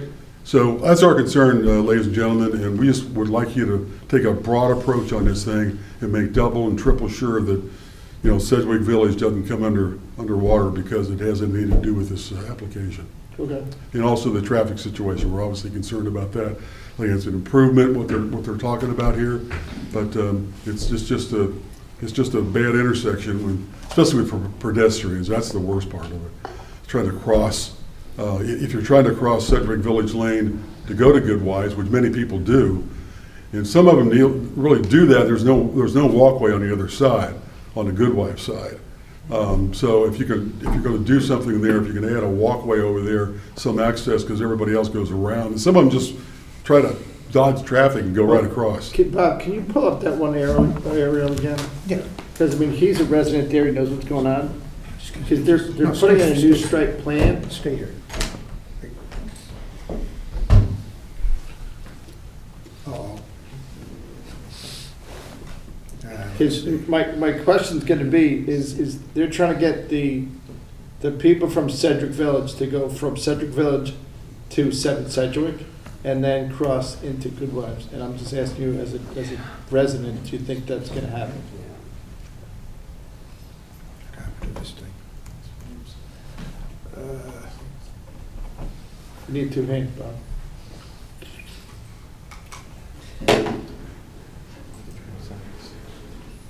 Oh, here we go.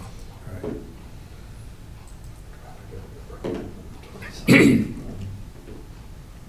When I closed the lid, it screwed up all the Sure.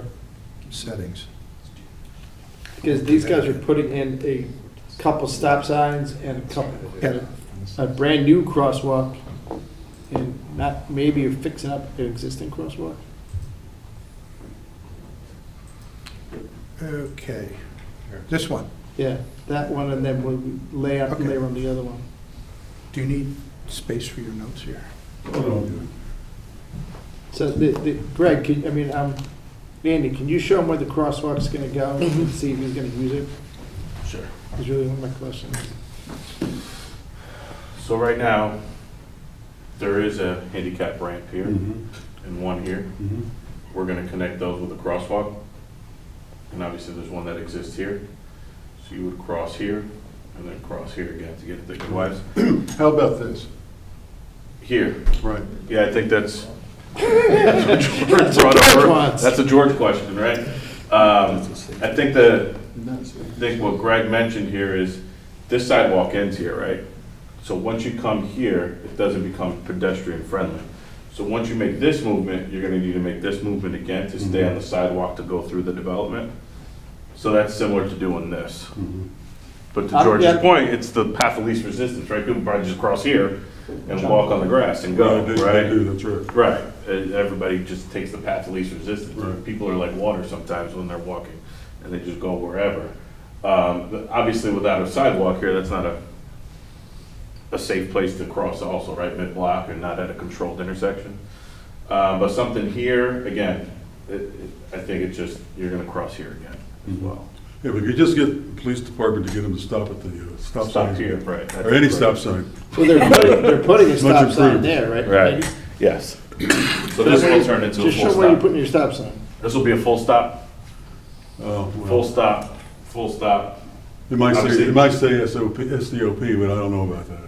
We're living down there, it's not only there, it's other places, but, Right. it's just a problem, it's the problem. One thing we could do is maybe put a sign up further up that says, stop ahead. Yeah, that's a good idea. And they do, local traffic authorities, they sometimes put those blinking lights for a period of time when it's a new stop sign to alert the public to know there's some, Sure. some new That's thing good. going on. That's a really So that's good- something they could maybe look at doing. Sure. Just for the record, the new owners of Good Wife Shopping Center is Regency Centers. Yeah. And It's Morgan. one REIT just bought another REIT. It's not, it really didn't sell, but yes. Okay, Morgan Gwynn is the property manager there. I thought maybe he'd be here tonight, but he didn't make it. They've done a pretty good job at cleaning that area up as far as the buildup, but according to Julian, that's not the problem. The problem is more upstream than just the river itself. The Shays Lounge didn't come, the Shays Lounge came from way upstream.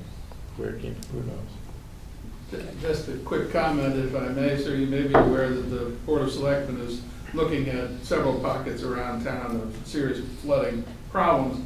We don't really have an ability to take initiative in issues like that, but the Board of Selectmen does. And it's on their agenda, but I suggest you might want to highlight it to them. Okay. Well, let's do this. The Public Works is a de facto member of this board. Can we just ask Ed Gentile if and when he's going to address this in his next plan? Yeah, the two areas they're focused on now, the Board of Selectmen, are Tilly Pond to Grove Street. I just got an update earlier today, and Saltbox Coach Lamp area. So those are the top two priorities for the town right now. So just see if this is even on the list. I mean, I know it's on the sewer commission list because the sewer commission had these Yeah. guys going in circles for review too. Okay, Thanks very much. thank you for your comments. So we did receive your letter too. Great, thanks. Thank you. Anybody else? No one else is here to speak to this? All right, so you guys are all done for now. You want to hit me with the conclusion? But we're going to leave this thing open so we can answer some questions. That's fine. Could I just, a couple questions, a couple things I'd like to say? Thank you for your time this evening. I appreciate it. Board members that I have met with and the staff. Please read the comments from ARB. We worked so hard on that. We met off hours with them to go through things, came back before their meetings to go through things, to make sure we were on the right track. We were working with them diligently. Hervey, you can read letters that are in the thing with Hervey. We had Mark, the architect. I stayed out of it. Mark went in with Hervey. They sat down, Liz. They got through a lot of the issues, and we agreed to everything that they wanted to do. We wanted this to be that anchor in that area of town. There is nothing there, and you kind of need that anchor point. And I just want you to read that we really did go out of our way to work with the town. And thank you for your time. Thank you. Appreciate it. Is there anything that I can make a list of open items?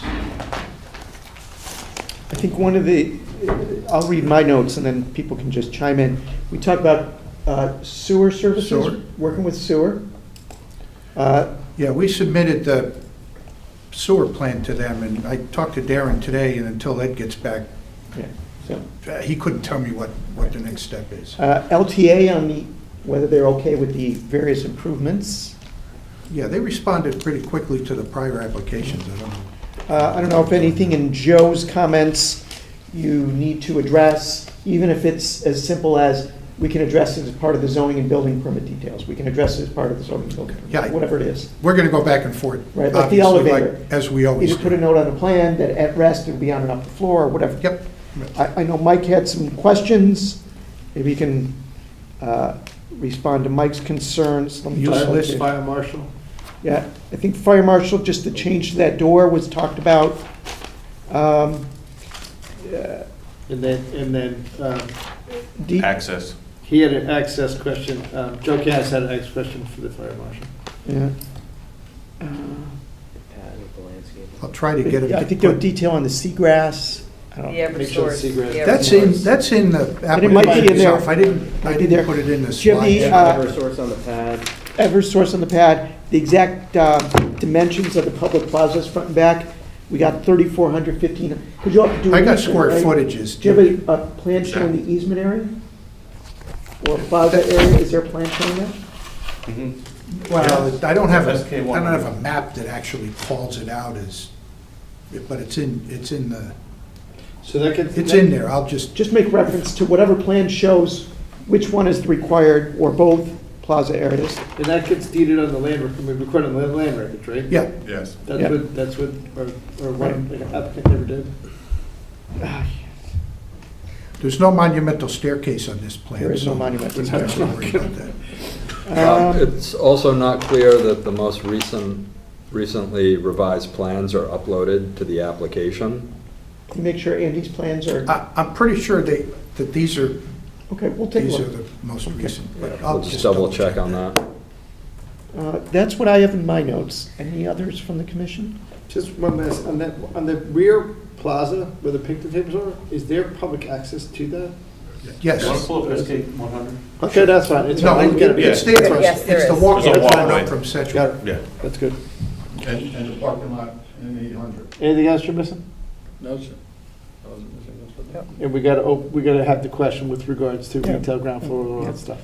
So, I got that under Mike Netter's right, so, uses question. we looked at, we want to give you time to be able to respond to these. So the two next upcoming meetings that are available would be the 6th, which hardly gives you any time, or February 27th. The 6th really gives you a week. I don't know if you can get to the We're not LTA in a gonna do it week. in a week. 27. 27th. 27th works. Great. The 27th, that meeting's in this room, 7 PM. Is that a public hearing night? It Jeremy? was a public hearing night, Okay. so. Okay.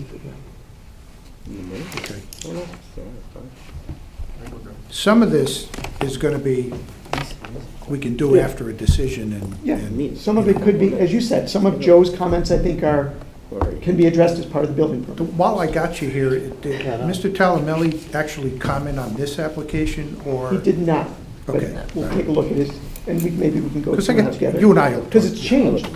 The old I know. plan was. The old plan's got nothing to do with this one. Right, that's not it. I mean, compared the old one to this one, it No. doesn't matter. Doesn't matter. Much better. It's got No, to I'm just stand asking by about itself. more comments that we Yep. have to address, that's all. Okay. So the 27th works for your team, February 27th? Yep. That'd be 7 PM in this room. Right, and then we have to decide whether we're gonna tell them deed in lieu, Right, that could build be something, off-site, yeah. or if fee in lieu, deed off-site, or put them outside. Yeah, That's our decision. there's a Yeah. comment in Fred's memo from today, so I think I Yeah, know take a what look the at that position memo. is. Yeah. Calculation with that is. Yes, that's a good idea, Mike. We'll calculate what the fee is, Bob. Oh, I did it in my The application. total and the fractional. Mike? It's all in the narrative. Yeah, it's- And we gotta, I wanna just touch base with, Sam Fuller, he's still the chairman of the Affordable Housing Trust Fund, yes. Yeah. Oh, really? I didn't follow I that. didn't get a message. The internet isn't working. I haven't tried anything lately. Yeah, but you get two and just cash. Okay, so your team's good? 27th? I think they're 27th. Continue to Tuesday, February 27th, 7 PM in room 206. Do we need Canis here or Greg Del Rio here? I leave it to the commission. I don't think so. I don't think so. Definitely not Greg. Canis, I think, no. We gotta get the answer from the police department. Yeah. Yep. Well, wait till we get the answer from the police department. Do I have to bring? Andy's gotta be here. Well, Joe. I'll zoom in. All right, thank you. Thank you. Thank you, everyone. Thank you. Thank you very much. Keep my bill. Keep the bill down. I was gonna leave Bob on that. and I just- All right, that's the end of the public hearing. It's now 7:15. All right. You guys move these meetings to 7. They're going longer versus shorter. Okay.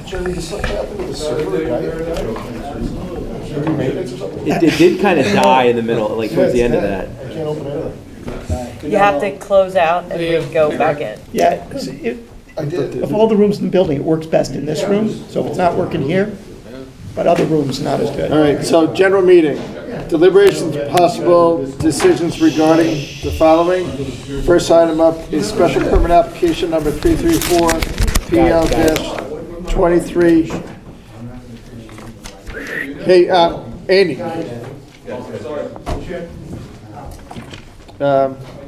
PL-23-162, Glass and Mirror Express Solutions LLC at 1913 Boston Post Road. In our packets, we got I'm not going to read the rest of it, we got a draft zoning resolution in our packets. Pretty straightforward. This is someone that's moving a glass business into an old plumbing business, which was not really a showroom. They're going to have a showroom in there. The one was pretty simple. Nothing jumped off the page on this one to me. We addressed parking and fabrication and supplies. They're going to have supplies on site. Anybody find any questions, comments, typos, scrivener's errors on this one?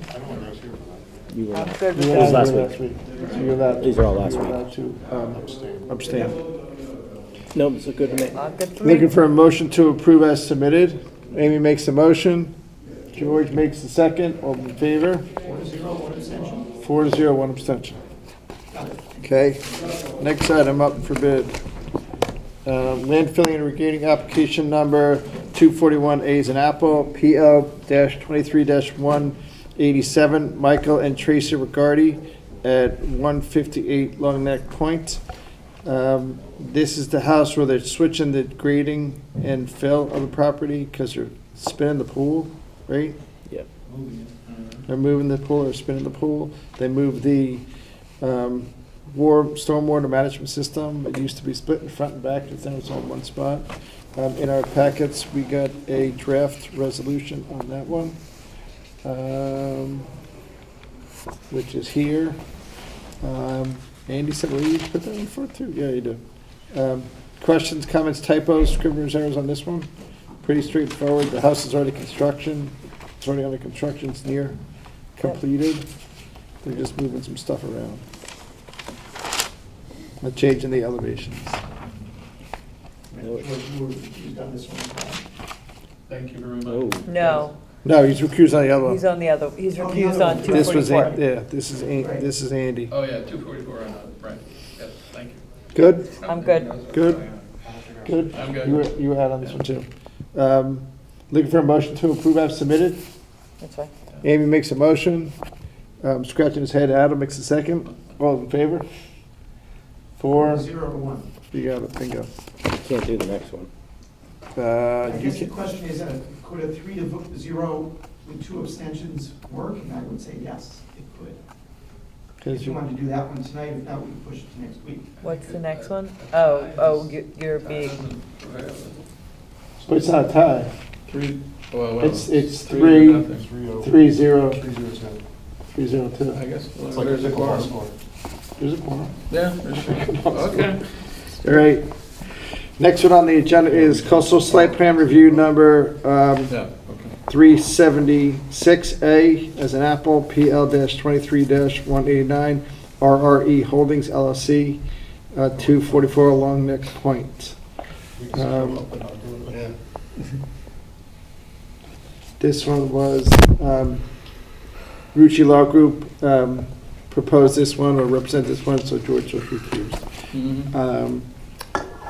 What were they doing on this one? I forget. This is the pool with the septic The pool was system. previously approved, now it's additions and alterations to Because the it's in the house. cam, there's like 100 square feet in It's the a back of little the house. bit in the back by the big log cabin that's overhanging the water, is all the way at the end on the right, Which is a tiny right little beyond the thing. gate. So there's a Changing the driveway in the front, Yeah.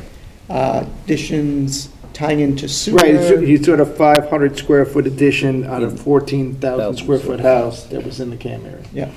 So there's a typo on the application number. It just says 376, not dash A. I love that guy. Well, it'd be tough to work for you. They love me. These and animals, baby. Would it be, I'm watching Suits reruns. for the first Questions, time, and comments, you were that guy. typos, scrivener's errors on this one? 376? That one, stay. Other than that, I didn't see You it. got Check that on one? that. Dash A. On which page? Page 1, third line, application number, coastal site plan review, 376. What? Literally. Right here? Yeah. I'm looking. What's the problem? I got dash A. I don't have dash A.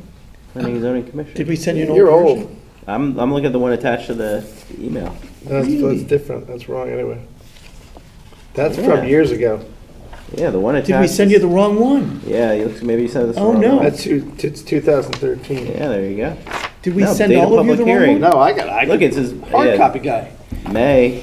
Oh yeah, May and June. If we sent you the wrong one, we'll redo it next week. Yeah, it's wrong on the attachment. Uh-huh. 244. 244. Amy, do you find the same thing? I'm seeing June 27th, this. Yep. Yep. Okay, right. we'll redo it next Yeah. week. Sorry about Yeah. that, kids. There you go. We're losing it already. All right, pumped. All right, next deliberations on any public hearing closed on 2023 tonight. We didn't close anything. The only Yeah. was the dock, Dock, and we closed. 10 Hoyt Court. 10 I Hoyt. think 10 I Hoyt would Court say- is a little more complex. Yeah, I could say we could talk about the dock. Want to Yeah, go through sure. the dock real quick? Dock. Any questions on that one? I have no questions on the dock. It's smaller than their neighbors. Yeah, it's more, yeah. Why does it come to us? It's that A very small issue. Is that a fair question? Size of this, Staff, will you please draft up a positive resolution for that dock, which is, just so we get all the things right, coastal site plan review number 146Ds and dog flood zone prevention application number 147D PL-172. PL-23-170. Yes, it's the DDC Revocable Trust at 29 Brush Island Road. Okay, you got it. thank you, sir. Next item up for bid is the minutes. I don't have my minutes with me. Do you want to punt that for next week? It is 10 to 10. Sure. Okay. Chairman's report, no chairman's report for tonight. Director's report, anything special, Jeremy? Nothing new. Okay, upcoming meetings, January 30th. Is that, what are we seeing on January 30th? January 30th, we're going to see it's going to be a public hearing for the Great Island driveway expansion with associated referral report. 2 regrading permits, We one have to do a on referral because of their arguably improving it's a property? substantial improvement to Okay. that property, which is the driveway property. Yep. 220 Mansfield and 12 McLaren are both regrading permits. I think one of them's an after-the-fact permit. Can't remember which McLaren? one. Which one is McLaren? That's not the one on the corner of Leroy, is it? No, I don't think it Yeah. is. It is? McLaren. and two It's number Mansfield. 12. I'll have to check what number. Unless it's south you're talking about. But McLaren Road is between Mansfield and. Yeah, it could be Leroy. McLaren South. So Okay. it's 3 applications for January 30th. Okay. 3 public hearing items. Well, it's actually on McLaren Street, right? McLaren, Which is the hook off of McLaren Road. That's McLaren Road South. Okay. Oh, McLaren Road South. Anything on February 6th Can't we see should know anything. about in Ask Mary advance? Street. February 6th, we're still, right now, the car wash has taken, as you saw, that was continued to February 6th. We'll see if they're able to keep that agenda item on for that. They're working behind the scenes to try to work with DOT. We may have 1 or 2 informal conversations about proposals with the commission on February 6th. You might have pre-commission, pre-meeting? Pre-application meeting with the commission, yeah. Okay. And then the 13th would be the public hearing on accessory dwelling units in the Okay. auditorium. Okay, in the order, you got that, that was, yeah, we got that. February 13th, yes. Okay. Any other business require 2/3 vote, commission? Nothing? No. Good. Next item on the agenda is motion to adjourn. Yep. Mike makes a motion. I'm gonna stay here, don't look at me. We got a second. Wow. George makes a second, all in favor? Yep. All right, thank you, TV7.